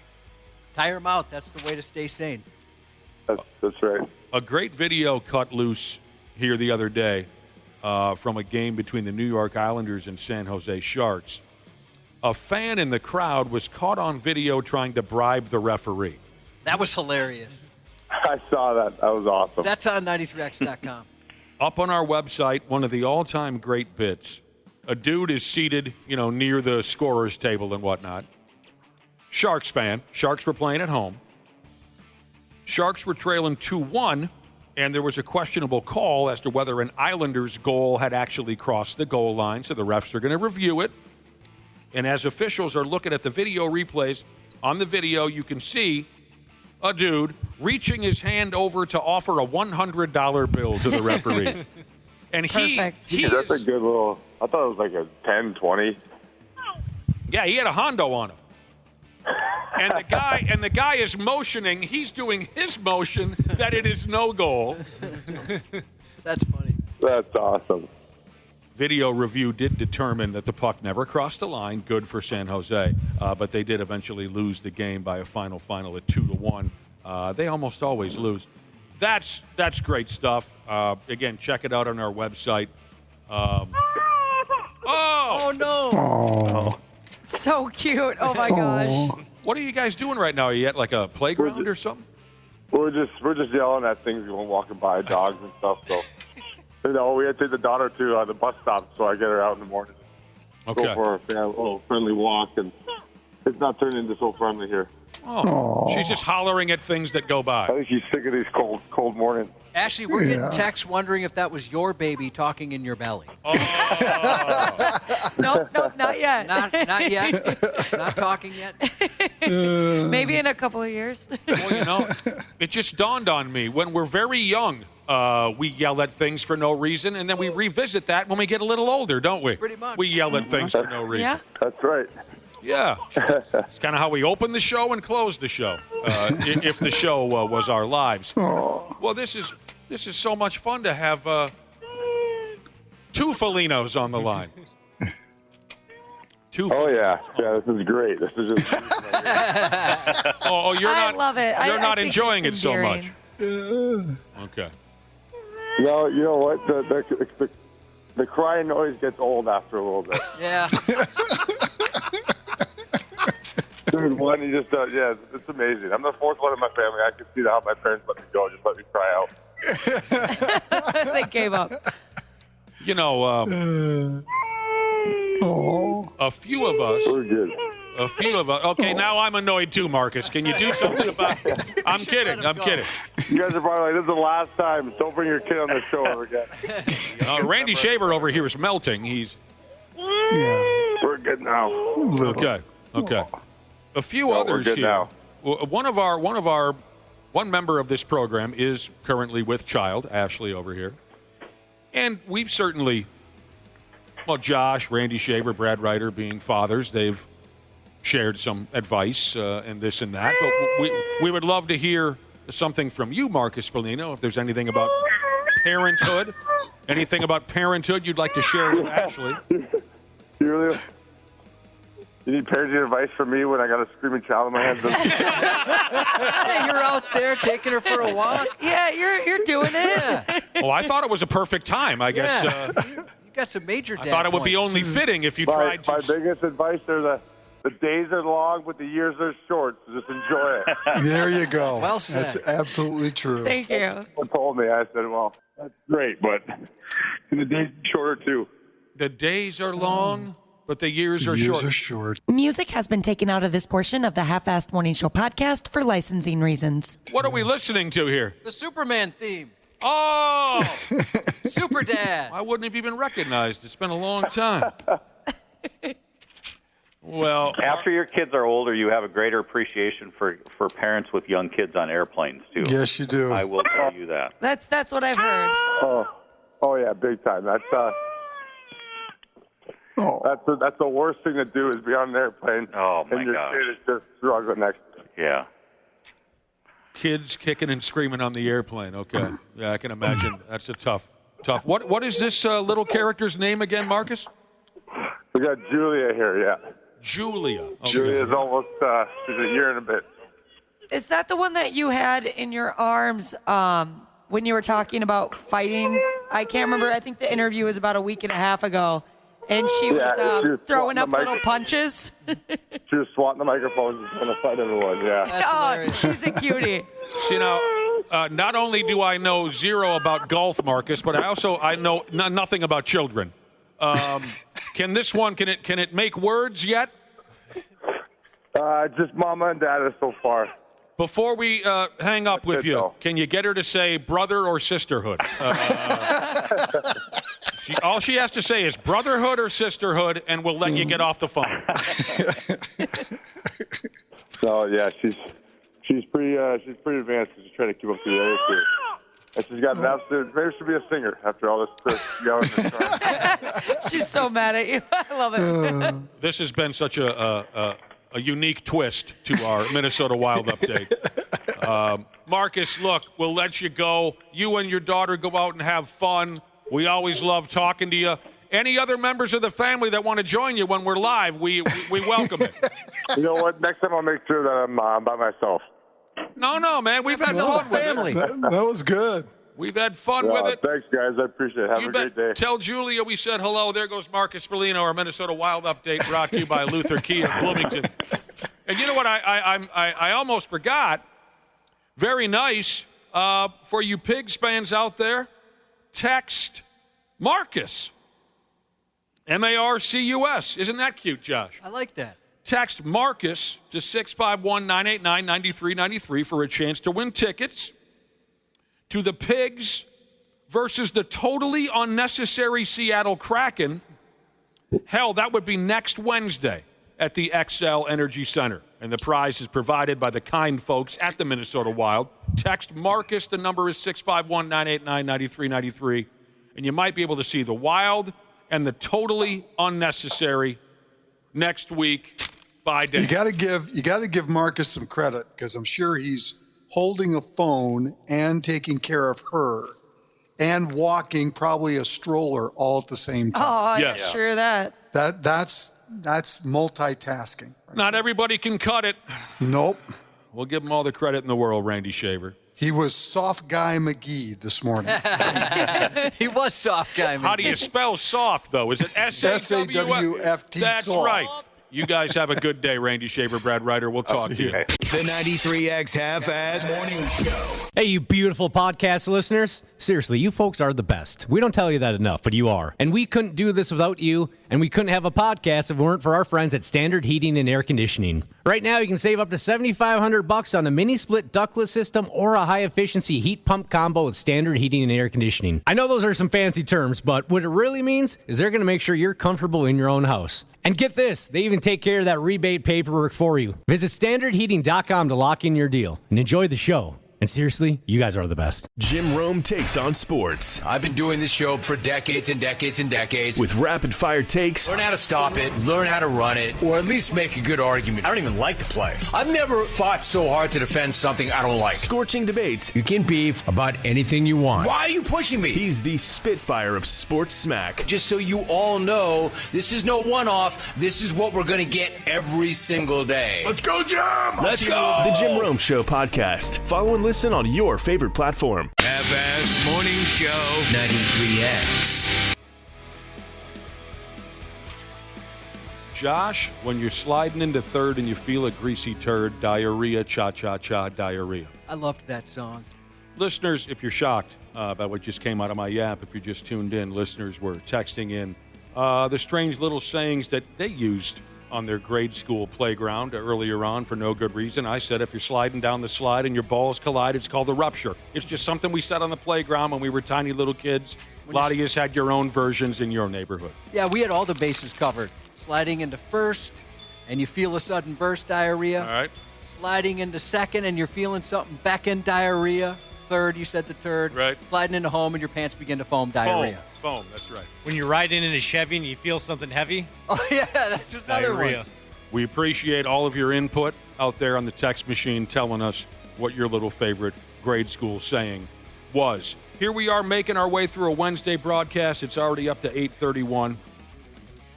Right here on the godforsaken 93X Half-Ass Morning Show. As many of you know, a couple members of this here radio program are taking big, some might say foolish, leaps in life here in the near future. Ashley, knocked up. Dana, readying himself for a second run at marriage. So is Ashley. Oh, right. She's doing that as well. She's doing a double whammy. Double duty, Ashley. Double whammy. How far away are you thinking it's going to be before you get married again? Are you talking to me? Yes. Yeah, I'm just going to do like a courthouse wedding, so it should be in like the next couple months. Oh. I had forgotten all about that. Yeah, we want to get it done before baby boy comes. To avoid hell. Yes, exactly. Is that to avoid the fires of hell? That would definitely make his grandparents pretty happy. We wish some of you could have seen how ridiculous Dana looked yesterday. We had a conversation about this earlier. He allowed himself to be spray tanned to test the process for the possibility of going through with it closer to your wedding date so you and your fiancé look gorgeous at the event for pictures and the whole thing. You tested it out, and it was at least for you, it was an absolute failure. It was, absolutely. It might not have been all your fault. They hit you too hard with the spray. You came out kind of looking like a turd with ears. I don't know if this was intentional on your guys' part, but I do appreciate you giving me a one-day reprieve on it. I knew it was going to come at some point, but I appreciate you giving me the day. It was too soon yesterday. Yeah, I appreciate that. I wanted to talk about it yesterday. Oh, yeah, Dana. it was driving Ashley nuts. I know it was. I Said could we tell. need to talk about Dana's tan. You looked like your own shadow. It was crazy. We had thoughts on busting your balls yesterday, but then this would get in the way, that would get in the way, and we would lose our train of thought. Ashley certainly wanted to destroy you yesterday. And well-deserved, too. I deserve to get destroyed. Something happened. They hit you too hard. It looked terrible. I'm guessing you're not going to go through with that come the end of this month when you get hitched. No. I mean, did you order the highest level they had, or they just gave it to you? It's just that's just a standard spray tan. Just There was no like levels to pick or anything like that. It was just that was the introductory spray tan. I didn't realize that you mentioned they airbrush you nowadays. They do, A live human being points some kind of an apparatus at you, and they spray you down in that fashion. Some poor woman who, going about her day, going to work at the spray tan joint, she didn't expect to have to hose me down in my boxers, standing in all these weird, almost like a ballerina, like put your arms out like this, put your arms out like that. Well, how did she not expect it? That's what she does for a living. But I think, guessing it's usually better-looking people that look better with their shirts off than me. She has seen much, much worse. I'm sure she's seen I'll bet she has, yeah. Yeah, when Josh and I did it, it was an automatic machine, and we didn't do it together. We both had single spray tanning experiences in our past. One time, it was some kind of a machine. I know you well enough, Josh, that I think I know the answer. Did you get naked? I got naked. Oh, no, absolutely not. You did not get naked. No. At my place, men were instructed they had to keep their boxers on. Women could go all natural. I got Dudes naked. had to keep the boxers on. Josh, I got naked and I leaned into it. Did you? Yes, no, I did. No, I did not get naked. The one and only massage I ever had, I didn't get naked, and a former coworker of ours called me prude.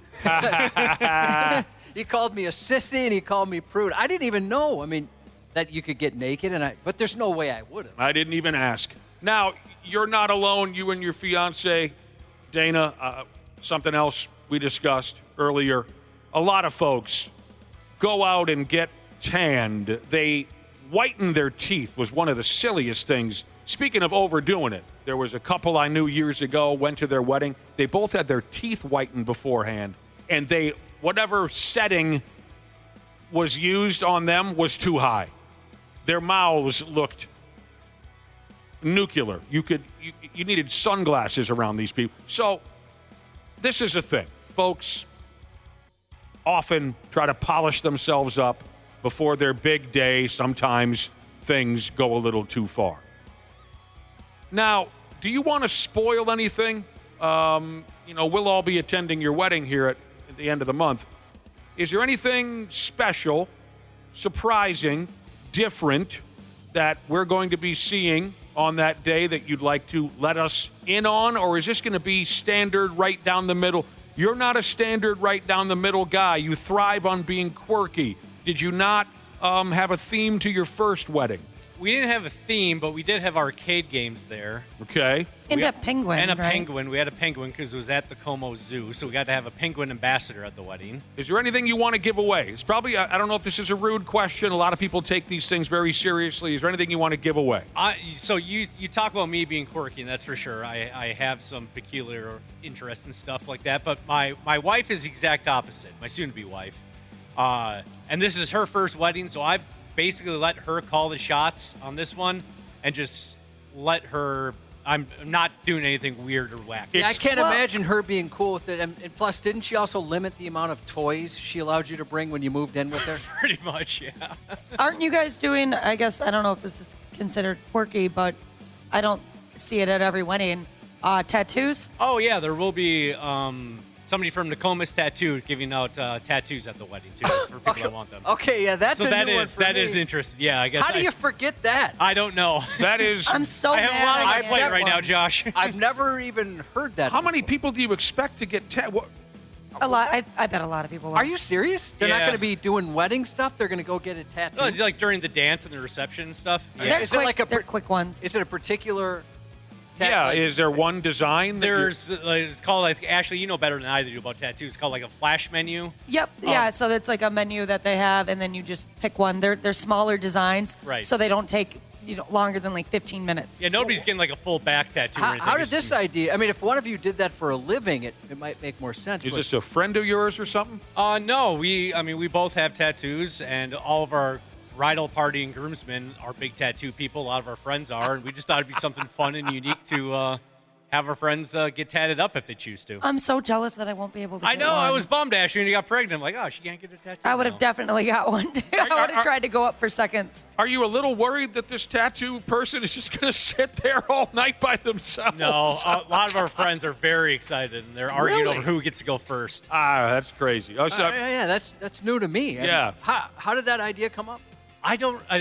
We were just talking about how it would be fun if, people could get tattoos and stuff, and it just kind of, we went to the place that we normally go to, Nokomis Tattoo, and talked to the guy, and he was like, yeah, we can make that work. So we got the licensing done and all that kind of stuff. So is that the end of the quirkiness? Because I know this has got to be killing you. I know you probably would prefer it if you were Pac-Man and she was a ghost and you chase her around the room. That'd be so This cute. has got to be killing you deep down inside, if in fact the tattoo idea is the last. Yeah, no, that's about it as far as odd things go. Instead of a first dance, are you guys going to sit down and get tattoos, or is it just for people that show up? We're not going to get tattoos at the wedding, but anybody who wants one can go ahead and get one. Oh, here's a text from a listener that says Dana's giving out tattoos at his wedding, so he's not the only one with regrets that day. Oh, that's ice cold. All right. Here are 12 new wedding trends that couples are, well, this is the way they put it in the article, 12 new wedding trends that couples are forcing on their guests. Not all of these are new. Oh, no. Not all of them are new. But maybe they're just new to the younger people. I saw this once in person, Josh, and it aggravated the living hell out of me. Take a guess what it was. I have no idea. Well, there's a lot of things it could be, I guess. Oh, a coordinated dance. That's right. Oh, yeah, that was big for a while. I don't know if people are still doing that. That is ridiculous. The choreographed dance, as each of the groomsmen and bridesmaids are being introduced, they've got a little. I was just seething. Oh, I get it. Yeah, I don't know. It makes me mad for some reason. But didn't you want to do one? Coordinated dance? Yeah. No. I thought there was something like that you wanted to do at your first wedding. No. That you chose not to do. No, I would never be able to do that. I'm awkward in front of people like that. I would fail immediately. All right, here's another wedding trend these days. I'm not sure what it means, but it says everything is through a wedding app now. What are they referring to there? Oh, there's different apps like thenot.com is a really popular one. So instead of sending, so you send regular invites usually, and instead of sending back an RSVP on like a little tiny card, you just go on the website and do it that way. The wedding app. But that can be difficult. At least for me, it was when I got married because a lot of the people that I invited were older.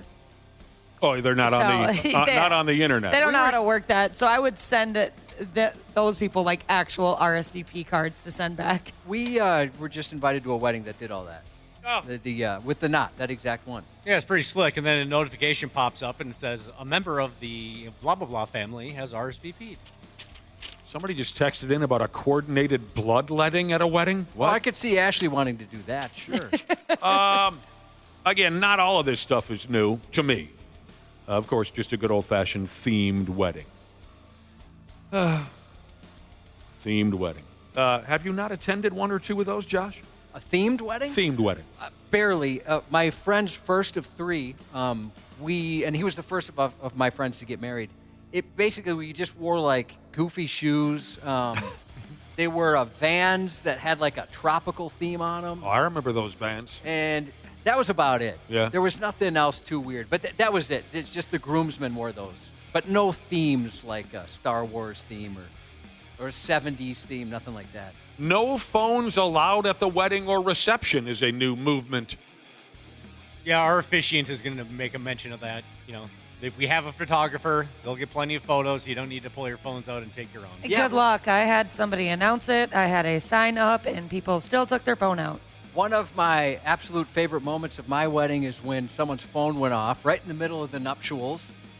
People are laughing, but everyone's laughing but my mom. and she was glaring. She was furious, looking around like, who would have the disrespect? And then looked down at her purse, and that's where the ringing was coming from. It was awesome. Oh, God, it was awesome. I wish you guys could have seen her face, both when somebody's phone was ringing and then when she realized it was her own. Who's the son of a bitch? Yeah, oh, she was furious. I was hoping you were going to say whoever phone went off had like a baby got back ringtone or something like that. Not just your regular ringtone, and Mom was mad. Ashley, you didn't allow phones at your wedding? At the actual... juice. Oh my gosh. Ceremony. Thank you. Well, I was there. I had mine, Mommy. Yeah, nobody was allowed to have it out to take pictures or anything because it gets in the way of the photographer. Oh, okay. But like Dana, if I need to check the score of the Gopher hockey game, you're not going to throw me out or something? No. Okay. No. Another new wedding trend. Boy, people just, no social media posts until the bride posts first. Okay, that's a little extra. That seems to be really common, and it makes me mad when somebody that I'm not like really good friends with, but kind of friends, I like follow them on social media and they get married and I want to look at their photos and nobody posts anything for like 24 hours because the bride hasn't posted. And I'm like, I want to see it. I want to be nosy. I want to see her dress. God dang it. I mean, some people take weddings much more seriously than others. Some brides, woo-wee, do they take it seriously? Luckily, I've never been to one of those weddings with I the quote-unquote bridezilla. Oh, I was at one. She screamed at a couple of us because our cufflinks didn't match our tie or whatever crap was going on. You know what I mean? When you're in the wedding party and everyone has to match. Mm-hmm. The smallest detail didn't match. She came uncorked. So, all right, everyone's different. But speaking of social media, then we can take a break and we can come back to these new wedding trends as we're creeping up on Dana's second wedding. I need a break to cool down, to be honest with you. Okay, there's no way that many people were giving my mom a booty call during the ceremony at my wedding. Oh, God. That was not you that called, and I don't appreciate it. Calling your mom, finding out what she's up to. Here's something that I did find disrespectful. As far as social media goes, and you guys know that I avoid it at all costs. I know very little about social media. You tell me what you think. Somebody died. You don't go on their social media page and say, hey, buddy, miss you, until some formal announcement is made by the family. Oh, 100%. That makes way more sense than this one with the wedding. Mm-hmm. I couldn't believe that. Now, this was shown to me because I don't have any access to this stuff, but someone, what the hell are you doing? I mean, I guess if you're shocked, you're sad, maybe you're not thinking correctly, maybe. Okay. That was the way I found out that somebody really close to me passed away, is that somebody else made like a sympathy post. And it wasn't even like, nobody knew. Like, it may be like just a core group of people knew, and that was about it. And that was soul crushing to find out that way. Don't say, Josh, you're right. I should consider maybe the person was, very saddened, and of course, I have sympathy for something like that. But I just think in that case, don't say a damn thing until someone from that person's family has decided that social media needs to know about it. But, I didn't mean to darken the vibe. FS Morning Show, 93X. Man, that little music, what do they call that in the business, Josh? Like a sweeper, a drop. It almost killed me. It was very loud. It almost killed me. Dana's getting married. We've been rapping about it. What we've been discussing specifically, new wedding trends. You got to stay on those trends, man. Don't be having me out at that wedding unless you're going to do something hip, something cool, something fresh. Here are some more of these new wedding trends. Pre-wedding activities like yoga. That would be nice. You would enjoy showing up to a wedding in a fancy dress and then sitting down and doing some yoga. No, I think you do it like the bridal party. So when you're in before you get dressed and all fancy. Oh, yeah, Isn't something to kind of pass the time, take the nerves out a little well, bit. pass the time, you drink. Yes, Whatever, I'm with you there. Josh, whatever happened to pre-game drinking at your wedding? Now they're sitting down doing yoga? Yeah, I've seen people get in trouble with that, but you're right. It used to be you sit in the church parking lot and open a cooler. I've always been jealous of men because I've seen it a couple times where they go and hurry up and hit some golf balls, like play a quick front nine or back nine before their big day. And that sounds like fun because you can get tuned up while doing that with your boys. That seems like a blast. And then pull the tuxedo over the top of your head and you're ready to go, where Yeah. you ladies have to sit there for centuries doing your hair and makeup, right? Yep, exactly. That's what you're saying? Up at the crack of dawn, Jesus said they had a pre-wedding activity. It was called sobering up. Ashley, did you write this or was it from the article? The pre-wedding activities like yoga or a gym sesh? Oh, Did you put I sesh? wrote gym sesh. Yeah. Is that what you call it, a gym sesh? I sometimes I throw that stuff in there just to annoy Nick a little bit. Gym sesh. I left that out because I didn't want to say it out loud. Okay, I'm an idiot. I was picturing like you pull up, say Josh and I were coming to Dana's wedding together. We pull up in the car in our fancy clothes and we sit down on a blanket and do some yoga before we walk into the. I'll tell you what. Pre-game drinking will always be the most popular activity before a wedding for the party, the guests, everybody. Maybe you had to be there, but at my brother's wedding, which was officiated by some man of God type character, I don't exactly know if he was a priest or the other terms escape me, but this guy was a dick. This guy was a freak. He was. And my brother even said, be careful of this guy who's officiating the wedding. He's a prick. That sucks. He was. So 5, 6 of us are out in the parking lot, of course, like Josh described, with a cooler of beer. And we're dumping a few before my brother gets married. And here comes Captain Hardon, the priest, whoever he was.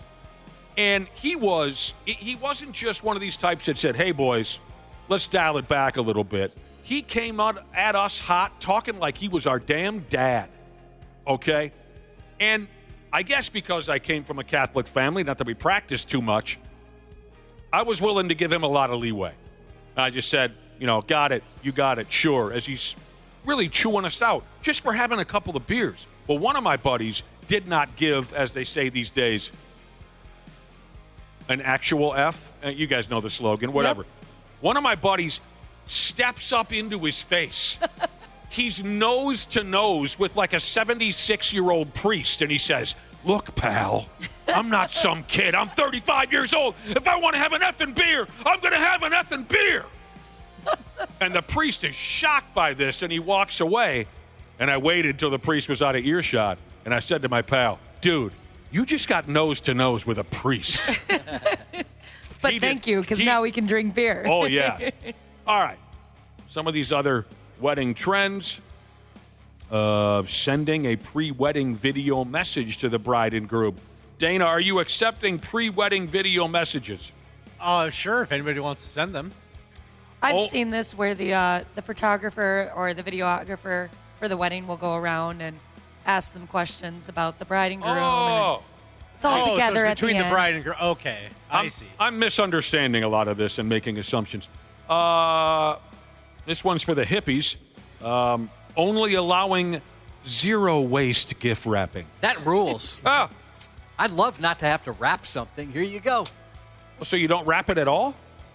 Well, that's no waste, right? Yeah. Yeah, I guess that's one way to do it. Yeah, Heck yeah. Here you go. This is what you asked for. Oh, okay. Again, you have to bear with me because I just don't follow a lot of what's being said here. I imagine there was some biodegradable special there is that too. wrapping out there that bring your own reusable cup. Heck no. I'm not doing that. Come on, nah. so stupid. It's so dumb. So you bring your own mug. It says Gary on it, and that's my beer over there. It says my name on it. And this is what's the word I'm looking for? An effort to cut down on plastic and things like that. I mean, most of the weddings I've been to, they had glasses. I mean, that get washed and things like that. So It'd be pretty fun if what's the you difference? brought, like, I don't know, something like like a drinking horn to drink out of, or a huge boot. Your own beer helmet. Yeah. An all-vegan menu. What are we having to eat, Dana? Vegan stuff? No, barbecue. It's like the complete opposite. No kids allowed. I love that. There's nothing new about that. I did I that. would say kids at our wedding. the last few weddings I've been at, that's how it was. Yeah, No I did kids that allowed. except for the people that, or the children that were in the wedding. And it gives the parents an excuse to get a babysitter and have the night off. And another wedding trend that everyone's hopping on here, you donate to charity instead of a gift. Oh, I like the sounds of that. Yeah, it's a good idea. All this talk about getting married, it reminds me of a funny line from my mother-in-law. My wife's folks are really wonderful people, very nice. And of course, as you guys know, I've known my wife for 35 years. 35 friggin' years before we got married. Dated on and off and this and that. Been close for 35 years. When my wife called her parents to tell them that the two of us were getting married, my future mother-in-law said, now don't you, and we're both in our 50s, don't you two kids go rushing into anything now. I thought that was pretty funny. That is a good one. I thought that was good. All right, we got to go. Happy birthday to Skylar, turning the big 01 today from Dad, Caleb. Happy birthday to Eric from Fiona and Emmett, and happy hump day. Hey, you beautiful podcast listeners. Seriously, you folks are the best. We don't tell you that enough, but you are. And we couldn't do this without you, and we couldn't have a podcast if it weren't for our friends at Standard Heating and Air Conditioning. Right now, you can save up to $7,500 on a mini-split ductless system or a high-efficiency heat pump combo with Standard Heating and Air Conditioning. I know those are some fancy terms, but what it really means is they're going to make sure you're comfortable in your own house. And get this, they even take care of that rebate paperwork for you. Visit standardheating.com to lock in your deal and enjoy the show. And seriously, you guys are the best.